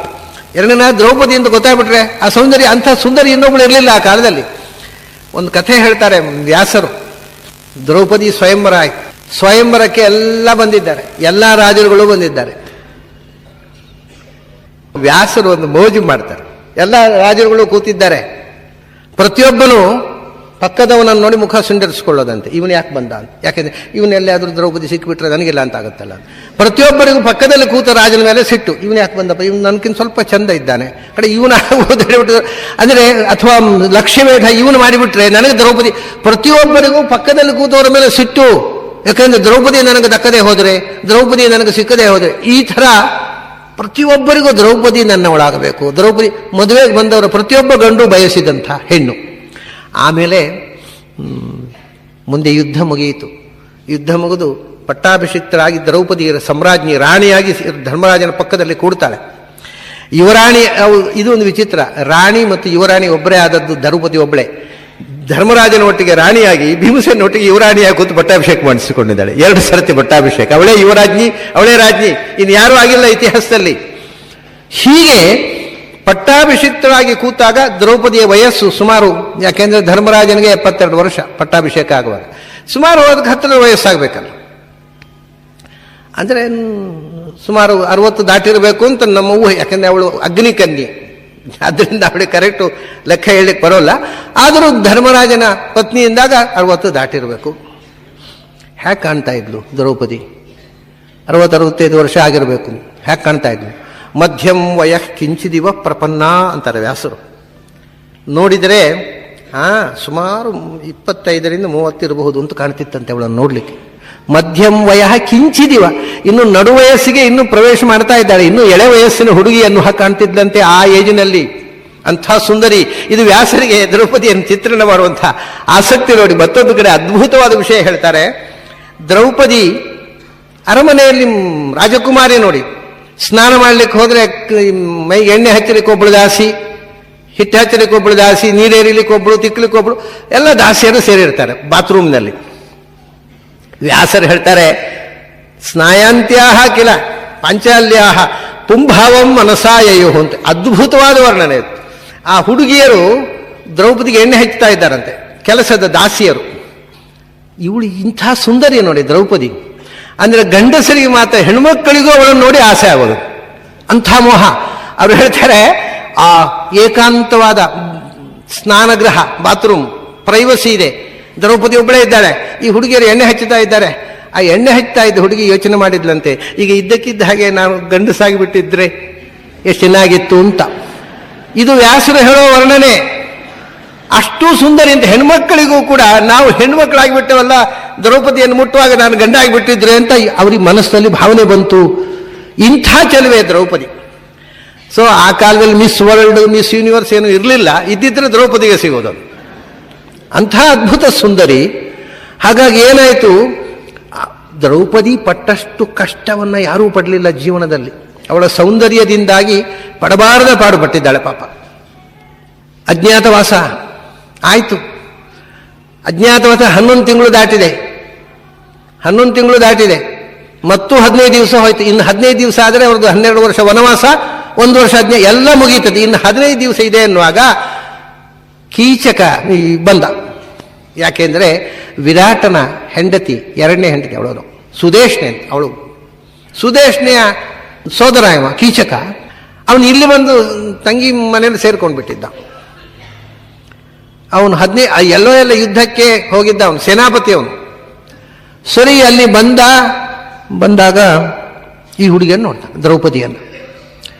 ಅವರಿಗೆ ನೋಡಿಲ್ಲ ಅವನು, ಯಾಕಂದ್ರೆ 11 ತಿಂಗಳ ಕಾಲ ಎಲ್ಲೋ ಸುತ್ತಾಡದಲ್ಲಿದ್ದ ಅವನು, ಇರಲೇ ಇಲ್ಲ. ಈ ಕೊನೆ 15 ದಿವಸ ಇದೆ ಇವನು ಅಜ್ಞಾತವಾಸ ಮುಗಿಲಿಕ್ಕೆ ಅನ್ನುವಾಗ ಬಂದ ನೋಡ್ದ. ತನ್ನ ತಂಗಿಯನ್ನು ಕರೆದು, ಸುದೇಶ್ನೆಯನ್ನು ಕರೆದು ಕೇಳ್ತಾನೆ, ಯಾರ ಆ ಹುಡುಗಿ? ನಾನು ಈವರೆಗೆ ನೋಡಿಲ್ಲ ನಮ್ಮ ಆಸ್ಥಾನದಲ್ಲಿ, ಈವರೆಗೆ ನಮ್ಮ ಆಸ್ಥಾನದಲ್ಲಿ ಅಲ್ಲ ಜಗತ್ನಲ್ಲೇ ನೋಡಿಲ್ಲ, ಇಂಥ ಸುಂದರಿಯನ್ನು ನಾನು ಎಂದೂ ನೋಡಿಲ್ಲ. ಅವನು ಹೇಳ್ತಾನೆ, ನಾನು ತಪ್ಪು ಮಾಡಿಬಿಟ್ಟೆ, ಮದುವೆ ಮಾಡಿಕೊಂಡು ಬೇರೆ ಹುಡುಗಿಯನ್ನು ಮದುವೆ ಮಾಡ್ಕೊಂಡು ತಪ್ಪು ಮಾಡ್ಕೊಂಡು ಬಿಟ್ಟೆ. ಈ ಹುಡುಗಿಯನ್ನು ನೋಡೋ ಮುಂಚೆ ಬೇರೆ ಮದುವೆ ಮಾಡ್ಕೊಂಡ್ಬಿಟ್ಟೆ. ಇವಳನ್ನು ನೋಡಿದ್ರೆ ನಾನು ಇನ್ನು ಯಾರನ್ನೂ ಮದುವೆ ಆಗ್ತಿರ್ಲಿಲ್ಲ. ಯಾರು ಈ ಹುಡುಗಿ? ಆವಾಗ ಅವಳು ಹೇಳ್ತಾಳೆ, ಅವಳು ಏನು ಹೇಳಿದ್ದಾರೆ ಅಂದರೆ, ನನಗೆ 5 ಜನ ಗಂಧರ್ವರು ಗಂಡಂದಿರಿದ್ದಾರೆ, ಅದನ್ನು ನನ್ನನ್ನು ಯಾರಾದರೂ ಬಲಾತ್ಕಾರ ಮಾಡಿದ್ರೆ ಗಂಧರ್ವರು ಕೊಂದೇ ಬಿಡ್ತಾರೆ. ನನ್ನ ಸುದ್ದಿಗೆ ಬರಬೇಡಿ, ನಾನು ಚಾಕರಿ ಮಾಡ್ಕೊಂಡು ಇರ್ತೇನೆ, ಏನೋ ಒಂದು ಕಾರಣ ವಿಶೇಷದಿಂದ ನಾನು ಇಲ್ಲಿ ಇರಬೇಕಾಗಿದೆ ಅಂತ ಹೇಳಿದ್ದಾಳೆ. ಅದನ್ನೇ ಹೇಳ್ತಾಳೆ ಸುದೇಶ್ನೆ. 5 ಜನ ಗಂಧರ್ವರಿದ್ದಾರಂತೆ. ಅವರಿಗೆ ಬೇರೆ ಜಯೋ ಜಯಂತೋ ವಿಜಯೋ ಜಯತ್ಸೇನೋ ಜಯದ್ಬಲಹ, ಅವಳು ಹೆಸರು ಹೇಳ್ತಾಳೆ. ನನ್ನ 5 ಜನ ಗಂಡಂದಿರಿಗೆ, ಒಬ್ಬ ಜಯ, ಜಯಂತ, ವಿಜಯ, ಜಯತ್ಸೇನ, ಜಯದ್ಬಲ ಅಂತ 5 ಜನ ಗಂಡಂದಿರು ನನಗೆ ಅಂತ. ಇವೆಲ್ಲ ಪಾಂಡವರಿಗೆ ಅವಳಿಟ್ಟ ಅಡ್ಡ ಹೆಸರಿದು, ರಹಸ್ಯ ನಾಮಧೇಯಗಳು. ನಮ್ಮಲ್ಲಿ ಟೆರರಿಸ್ಟ್ಗಳೆಲ್ಲ ಫೋನಲ್ಲಿ ಮಾತಾಡಿ ರಹಸ್ಯ ನಾಮಧೇಯ ಇಟ್ಟುಕೊಳ್ತಾರಲ್ಲ, ಹಾಗೆ ಇದು ರಹಸ್ಯ ನಾಮಧೇಯ ಕಮ್ಯುನಿಕೇಷನ್ಗೆ. ಜಯ, ಜಯಂತ, ಜಯ ಅಂದರೆ ಧರ್ಮರಾಜ, ಜಯಂತ ಅಂದರೆ ಭೀಮಸೇನ, ವಿಜಯ ಅಂದರೆ ಅರ್ಜುನ, ಅರ್ಜುನಿಗೆ ವಿಜಯ ಅಂತ ಹೆಸರು ನಿಜವಾಗಿ ಇತ್ತು. ಜಯತ್ಸೇನ ಅಂದರೆ ನಕುಲ, ಜಯದ್ಬಲ ಅಂದರೆ ಸಹದೇವ. ಹೀಗೆ 5 ಹೆಸರು ಹೇಳಿ ಇವರು 5 ಜನ ಗಂಧರ್ವರು ನನ್ನ ಗಂಡಂದಿರು ಅಂತ ಹೇಳಿದ್ದಾಳೆ. ಇವಳು ಹೇಳ್ತಾಳೆ ಸುದೇಶ್ನೆ, ಅವಳು ಸುದ್ದಿ ಬೇಡಪ್ಪ, 5 ಜನ ಗಂಧರ್ವರು ಅವಳು ಗಂಡಂದಿರಿದ್ದಾರೆ, ಅವ್ರು ಗೊತ್ತಾಗ್ಬಿಟ್ರೆ ಚಚ್ಚಿ ಬಿಡ್ತಾರೆ ನಿನಗೆ. ಇವ್ರು ಹೇಳ್ತಾನೆ, ನಾನು ಬೇಕಾದಷ್ಟು ಗಂಧರ್ವರನ್ನು ನೋಡಿದ್ದೇನೆ, ಅದಕ್ಕೆಲ್ಲ ಹೆದರೋನಲ್ಲ ನಾನು, ನನಗೆ ಬೇಕು ಅವಳು, ನಿನ್ನ ದಮ್ಮಯ್ಯ, ಅವಳು ಸುದ್ದಿ ಬರಬೇಡ ಅಂತ ಕೇಳೋಲ್ಲ ಅವಳು ಕೀಚಕ. ಕಡೆಗೆ ಏನಾಗತ್ತೆ, ನೀನೊಂದು ಕೆಲಸ ಮಾಡು, ಏನು, ನನಗೆ ಕುಡಿಯಲಿಕ್ಕೆ ಮದ್ಯ ಪಾತ್ರೆಯಲ್ಲಿ ಹಾಕಿ ಅವಳ ಕೈಯಲ್ಲಿ ಕೊಟ್ಟು ನನ್ನ ಕೋಣೆ ಕಳಿಸು, ಮತ್ತೆಲ್ಲ ನಾನು ನೋಡ್ಕೋತೇನೆ ಅಂತಾನೆ ಕೀಚಕ. ಇವಳು ಸುದೇಶ್ನೆ ಹೇಳ್ತಾಳೆ, ನೋಡಪ್ಪ ನನ್ನ ತಮ್ಮ ಬಂದಿದ್ದಾನೆ, ಅವನಿಗೆ ಕೊಂಡೋಗಿ ಕೊಡು ಮದ್ಯ. ಅವಳು ಹೇಳ್ತಾಳೆ, ನಿನ್ನ ಹತ್ರ ಬೇರೆ ದಾಸಿಯರಿಲ್ವಾ? ಯಾರ ಹತ್ರ ಆದರೂ ಕಳಿಸು, ನಾನು ಹೋಗೋಲ್ಲ ಅವನ ಕೋಣೆಗೆ. ಇಲ್ಲ, ನೀನೇ ಹೋಗಬೇಕು ಅಂತ ಪಟ್ಟು ಹಿಡಿತಾಳೆ ಸುದೇಶ್ನೆ. ಸರಿ ಆಯಿತು. ಅವಳು ಹಠ ಹಿಡಿದದ್ದಕ್ಕೋಸ್ಕರ ಮದ್ಯ ಪಾತ್ರೆಯನ್ನು ಹಿಡ್ಕೊಂಡು ಕೀಚಕನ ಕೋಣೆಗೆ ಹೋಗ್ತಾಳೆ. ಕೀಚಕನ ಕೋಣೆಗೆ ಹೋದ ತಕ್ಷಣ ಅವಳು ಮದ್ಯ ಇಟ್ಟು ಹೊರಡಬೇಕು, ಇವನು ಕೈ ಹಿಡಿದು ಬಿಡ್ತಾನೆ ದ್ರೌಪದಿ. ಎಲ್ಲಿ ಹೋಗ್ತೀಯ, ಬಾ, ನಾನು ನಿನಗೋಸ್ಕರ ಕಾಯ್ತಾ ಇದ್ದೇನೆ, ನಿಲ್ಲು ಅಂತ ಕೈ ಹಿಡಿದು ಬಿಡ್ತಾನೆ. ಕೈ ಹಿಡಿದ ಕೂಡಲೇ ದ್ರೌಪದಿ ಒಂದು ಸಾರಿ ಜಾಡಿಸಿ ಕೈಯನ್ನ, ಅವನು ಅಷ್ಟು ಜಾಡಿಸ್ತಾಳೆ ಅಂತ ಕಲ್ಪನೆ ಇರಲಿಲ್ಲ, ಕೈ ಗ್ರಿಪ್ ತಪ್ಪಿ ಹೋಯ್ತು ಅವನಿಗೆ, ಒದ್ದು ಬಿಡ್ತಾಳೆ, ಅವನು ಜಾರಿ ಬಿದ್ದು ಬಿಡ್ತಾನೆ. ದ್ರೌಪದಿ ಅವನು ಹೊರಗೆ ಬರ್ತಾನೆ, ಇವಳು ಕೈ ಜಾಡಿಸ್ಕೊಂಡು ಹೊರಗೆ ಓಡಿ ಬರ್ತಾಳೆ. ಹೊರಗೆ ಓಡಿ ಬಂದ ತಕ್ಷಣ ಅವನು ಬೆನ್ನಟ್ಟುತ್ತಾನೆ, ಒದ್ದು ಬಿಡ್ತಾಳೆ ದ್ರೌಪದಿ. ಅನಿರೀಕ್ಷಿತವಾದ ಹೆಣ್ಣಿನ ಒದೆತ, ಅವನು ನಿರೀಕ್ಷೆ ಮಾಡಿರಲಿಲ್ಲ ಒದಿತಾಳೆ ಅಂತ, ಅವನು ಜಾರಿ ಬಿದ್ದು ಬಿಟ್ಟ, ಬ್ಯಾಲೆನ್ಸ್ ತಪ್ಪಿ ಬಿದ್ದು ಬಿಟ್ಟ. ಎದುರುಗಡೆ ರಾಜಸಭೆ, ವಿರಾಟ ಕೂತಿದ್ದಾನೆ, ಧರ್ಮರಾಜ ಕೂತಿದ್ದಾನೆ, ಅಲ್ಲೇ ಪಕ್ಕದಲ್ಲಿ ಧರ್ಮರಾಜನ ಪಕ್ಕದಲ್ಲಿ ಭೀಮಸೇನ ಕೂತಿದ್ದಾನೆ. ಎಲ್ಲ ಆಯಿತು. ದ್ರೌಪದಿ ಹೇಳ್ತಾಳೆ, ನನಗೆ ಅನ್ಯಾಯ ಆಗಿದೆ ನಿಮ್ಮ ಸಭೆಯಲ್ಲಿ, ನೀವು ರಾಜ್ಯಸಭೆಯಲ್ಲಿ ಕೂತವ್ರು ನನಗೆ ನ್ಯಾಯ ಕೊಡಿ. ಆವಾಗ ಯಾರು ಮಾತಾಡೋಲ್ಲ. ಯಾಕೆಂದ್ರೆ ವಿರಾಟನಿಗೆ ಕೀಚಕರ ವಿರುದ್ಧ ಮಾತಾಡೋ ಧೈರ್ಯ ಇಲ್ಲ, ಯಾರು ಮಾತಾಡೋಲ್ಲ. ಈ ಸಭೆಯಲ್ಲಿ ಕೀಚಕೋ ನಚ ವಿರಾಟೋ ನಚ ಧರ್ಮಜ್ಞ ಸಭಾಸದೋಪಿ ಅಧರ್ಮಜ್ಞ ಏನಂ ಸಮುಪಾಸತೆ. ತಕ್ಷಣ ಎಷ್ಟು ಗಟ್ಟಿಯಾಗಿ ಕೂಗ್ತಾಳೆ, ಧರ್ಮ ಇಲ್ಲಿ ವಿರಾಟನಿಗೆ ಧರ್ಮ ಗೊತ್ತಿಲ್ಲ, ಧರ್ಮ ಇದು ಅಧರ್ಮ ಅಂತ ಹೇಳುವ ಧೈರ್ಯ ಇಲ್ಲ. ಹೋಗ್ಲಿ ವಿರಾಟನಿಗೆ ಹೋಗ್ಲಿ, ವಿರಾಟನ ಸಭೆಯಲ್ಲಿ ಕೂತವರಿಗೂ ಆ ಧೈರ್ಯ ಅಂದ್ರೆ ಕೊನೆಯಲ್ಲಿ ಕೂತವನು ಧರ್ಮರಾಜ ಭೀಮ. ಅವಳು ಹಂಗಿಸ್ತಾಳೆ, ವಿರಾಟನ ಸಭೆಯಲ್ಲಿ ಕೂತವರಿಗೂ ಇದು ತಪ್ಪು ಅಂತ ಹೇಳುವ ಧೈರ್ಯ ಇಲ್ವಾ, ಏನ್ ಸಭೆ ಇದು ನಿಮ್ದು ಅಂತ ಗದ್ದರಿಸಿ ಬಿಡ್ತಾಳೆ ದ್ರೌಪದಿ. ಆವಾಗ ಭೀಮಸೇನ ಮಾತ್ರ ಇನ್ಯಾರು ಮಾತಾಡೋಲ್ಲ. ಭೀಮಸೇನ ಏನ್ ಮಾಡ್ತಾನೆ, ಮಾತಾಡೋ ಹಂಗಿಲ್ಲ. ಎದುರುಗಡೆ ಅಂಗಳದಲ್ಲಿ ಒಂದು ಮರ ಇರುತ್ತೆ ನೋಡಿ, ಬಹಳ ವಿಚಿತ್ರ. ಎದುರುಗಡೆ ಒಂದು ಮರ ಇರುತ್ತೆ, ಭೀಮಸೇನ ಸೈಲೆಂಟ್ ಆಗಿ ಕೂತಿರ್ತಾನೆ ಅಲ್ಲಿ. ಧರ್ಮರಾಜನ ಮುಖ ನೋಡ್ತಾನೆ, ಆ ಮರ ನೋಡ್ತಾನೆ, ಧರ್ಮರಾಜನ ಮುಖ ನೋಡ್ತಾನೆ, ಆ ಮರ ನೋಡ್ತಾನೆ, ಅಷ್ಟೇ, ಮಾತಾಡೋಲ್ಲ. ಅಂದರೆ ದ್ರೌಪದಿಗೆ ಅನ್ಯಾಯ ಮಾಡಿದವನಿಗೆ ತಕ್ಕ ಶಾಸ್ತಿ ಮಾಡಲೇನು ನಾನು, ನನಗೇನು ಆಯುಧ ಬೇಕಿಲ್ಲ, ಈ ಮರ ತೆಗೆದು ಚಚ್ಚಿಬಿಡ್ತೇನೆ ಅವನನ್ನ ಅಂತ ಭೀಮಸೇನ ದ್ರೌಪದಿಯ ರಕ್ಷಣೆಗೆ ಆವಾಗಲೂ ನಿಂತವ ಭೀಮಸೇನ. ಆಗ ಧರ್ಮರಾಜನಿಗೆ ಗೊತ್ತಾಯಿತು, ಇವನಿಗೆ ಚಚ್ಚಿಬಿಡ್ತಾನೆ. ಚಚ್ಚಿಬಿಟ್ರೆ ನಮಗಿನ್ನು 15 ದಿವಸ ಉಂಟು, ಗುಟ್ಟು ಗೊತ್ತಾಗ್ಬಿಡುತ್ತೆ, ನಾವು ಪಾಂಡವರು ಅಂತೆಲ್ಲ ಗೊತ್ತಾಗ್ಬಿಟ್ರೆ ಮತ್ತೆ 12 ವರ್ಷ ವನವಾಸ. ಅದಕ್ಕೆ ಆಲೋಕೇಸಿ ಕಿಂ ವೃಕ್ಷಂ ಸೂದ ದಾರುಕೃತೇನೋ, ಈ ಕೂಡಲೇ ಧರ್ಮರಾಜ ಅದನ್ನು ಹೇಗೆ ಟ್ವಿಸ್ಟ್ ಮಾಡ್ತಾನೆ ನೋಡಿ. ಏನಪ್ಪ ಮರ ನೋಡ್ತಾ ಇದ್ದಿ, ಕಟ್ಟಿಗೆ ಬೇಕೇನು ಅಡಿಗೆಗೆ? ಕೂಡಲೇ ಅದನ್ನ ಪರಿಸ್ಥಿತಿಯನ್ನು ಹೇಗೆ ತಿಳಿಸ್ಬಿಡ್ತಾರೆ ಅಂದರೆ, ಕಟ್ಟಿಗೆಗೆ ಮರ ಬೇಕೇನು, ಉರುವಲ್ ಕಮ್ಮಿ ಆಗಿದೆಯೇನು ಒಳಗಡೆ, ಅದಕ್ಕೆ ಮರ ನೋಡ್ತಾ ಇದೆಯೋ, ಚೇ ಈ ಮರ ಕಡಿಬೇಡ, ಯಾಕೆ ನಮಗೆ ಆಶ್ರಯ ಕೊಟ್ಟ ಮರ, ಅದನ್ನು ಕಡಿಬಾರ್ದು. ಅಂದರೆ ಆಶ್ರಯ ಕೊಟ್ಟ ವಿರಾಟನ ವಿರುದ್ಧ ನಮಗೆ ಆಶ್ರಯ ಕೊಟ್ಟ ಮರ, ಅದರಿಂದ ಬಹಿರ್ವೃಕ್ಷ ಆತ ನಿಗೃಹ್ಯತಾಂ, ಯಾವಾಗ ದೂರದಲ್ಲಿ ಕಾಡಿನಲ್ಲಿದ್ದ ಮರ ತಗೋ, ಈ ಮರ ಕಡಿಲಿಕ್ಕೆ ಹೋಗ್ಬೇಡ. ಅಂದರೆ ಎಲ್ಲ ಭೀಮನಿಗೆ ಮಾತ್ರ ಅರ್ಥ ಆಗುತ್ತೆ, ದ್ರೌಪದಿಗೆ ಮಾತ್ರ ಅರ್ಥ ಆಗುತ್ತೆ, ಉಳಿದವರಿಗೆ ಅರ್ಥ ಆಗದಂಥ ರಹಸ್ಯ ಭಾಷೆಯಲ್ಲಿ ಉತ್ತರ ಕೊಟ್ಟ. ಆಮೇಲೆ ದ್ರೌಪದಿ ಹತ್ರ ಹೇಳ್ತಾನೆ, ಗಂಧರ್ವಾಹ ಕರಿಷ್ಯಂತಿ ತವ ಪ್ರಿಯಂ ಗಚ್ಚ ಸೈರಂಧ್ರಿ ಗಂಧರ್ವಾಹ ಕರಿಷ್ಯಂತಿ ತವ ಪ್ರಿಯಂ. ನೀನು ಒಳಗೆ ಹೋಗಮ್ಮ, ನೀನು ಇಲ್ಲಿ ಸಭೆಯಲ್ಲಿ ನಿಂತು ಇಲ್ಲಿ ಏನು ಉಪಯೋಗ ಇಲ್ಲ, ನಿನಗೆ ಗಂಧರ್ವರು ನಿನಗೆ ಏನು ಹಿತವೋ ಅದನ್ನು ಮಾಡ್ತಾರೆ, ಅದು ಕೂಡ ಗಂಧರ್ವರು ಇವರೇ ತಾನೆ, ನಾವು ಮಾಡ್ತೇವೆ. ಧರ್ಮರಾಜನಿಂದ ಈ ಮಾತು ಬಂದ ಮೇಲೆ ಧರ್ಮತೆ ಹೊರಟು ಹೋದ ಮೇಲೆ ಏನಾಗುತ್ತೆ, ಇವನಿಗೆ ಸಿಟ್ಟು ಬಂದುಬಿಟ್ಟಿದೆ ಕೀಚಕನಿಗೆ. ದ್ರೌಪದಿ ತನ್ನನ್ನು ಝಾಡಿಸಿ ಒದ್ದು ಹೋದ್ಲು ಅಂದ್ರೆ ಏನು ಅಹಂಕಾರ ಈ ಹೆಣ್ಮಗಳಿಗೆ. ಸುಧೇಶ್ವರ ಹೇಳ್ತಾಳೆ, ಇವತ್ತು ರಾತ್ರಿ ಬೆಳಗಾಗೋದ್ರೊಳಗೆ ದ್ರೌಪದಿ ನನ್ನ ಕೋಣೆಯಲ್ಲಿ ಇರತಕ್ಕದ್ದು.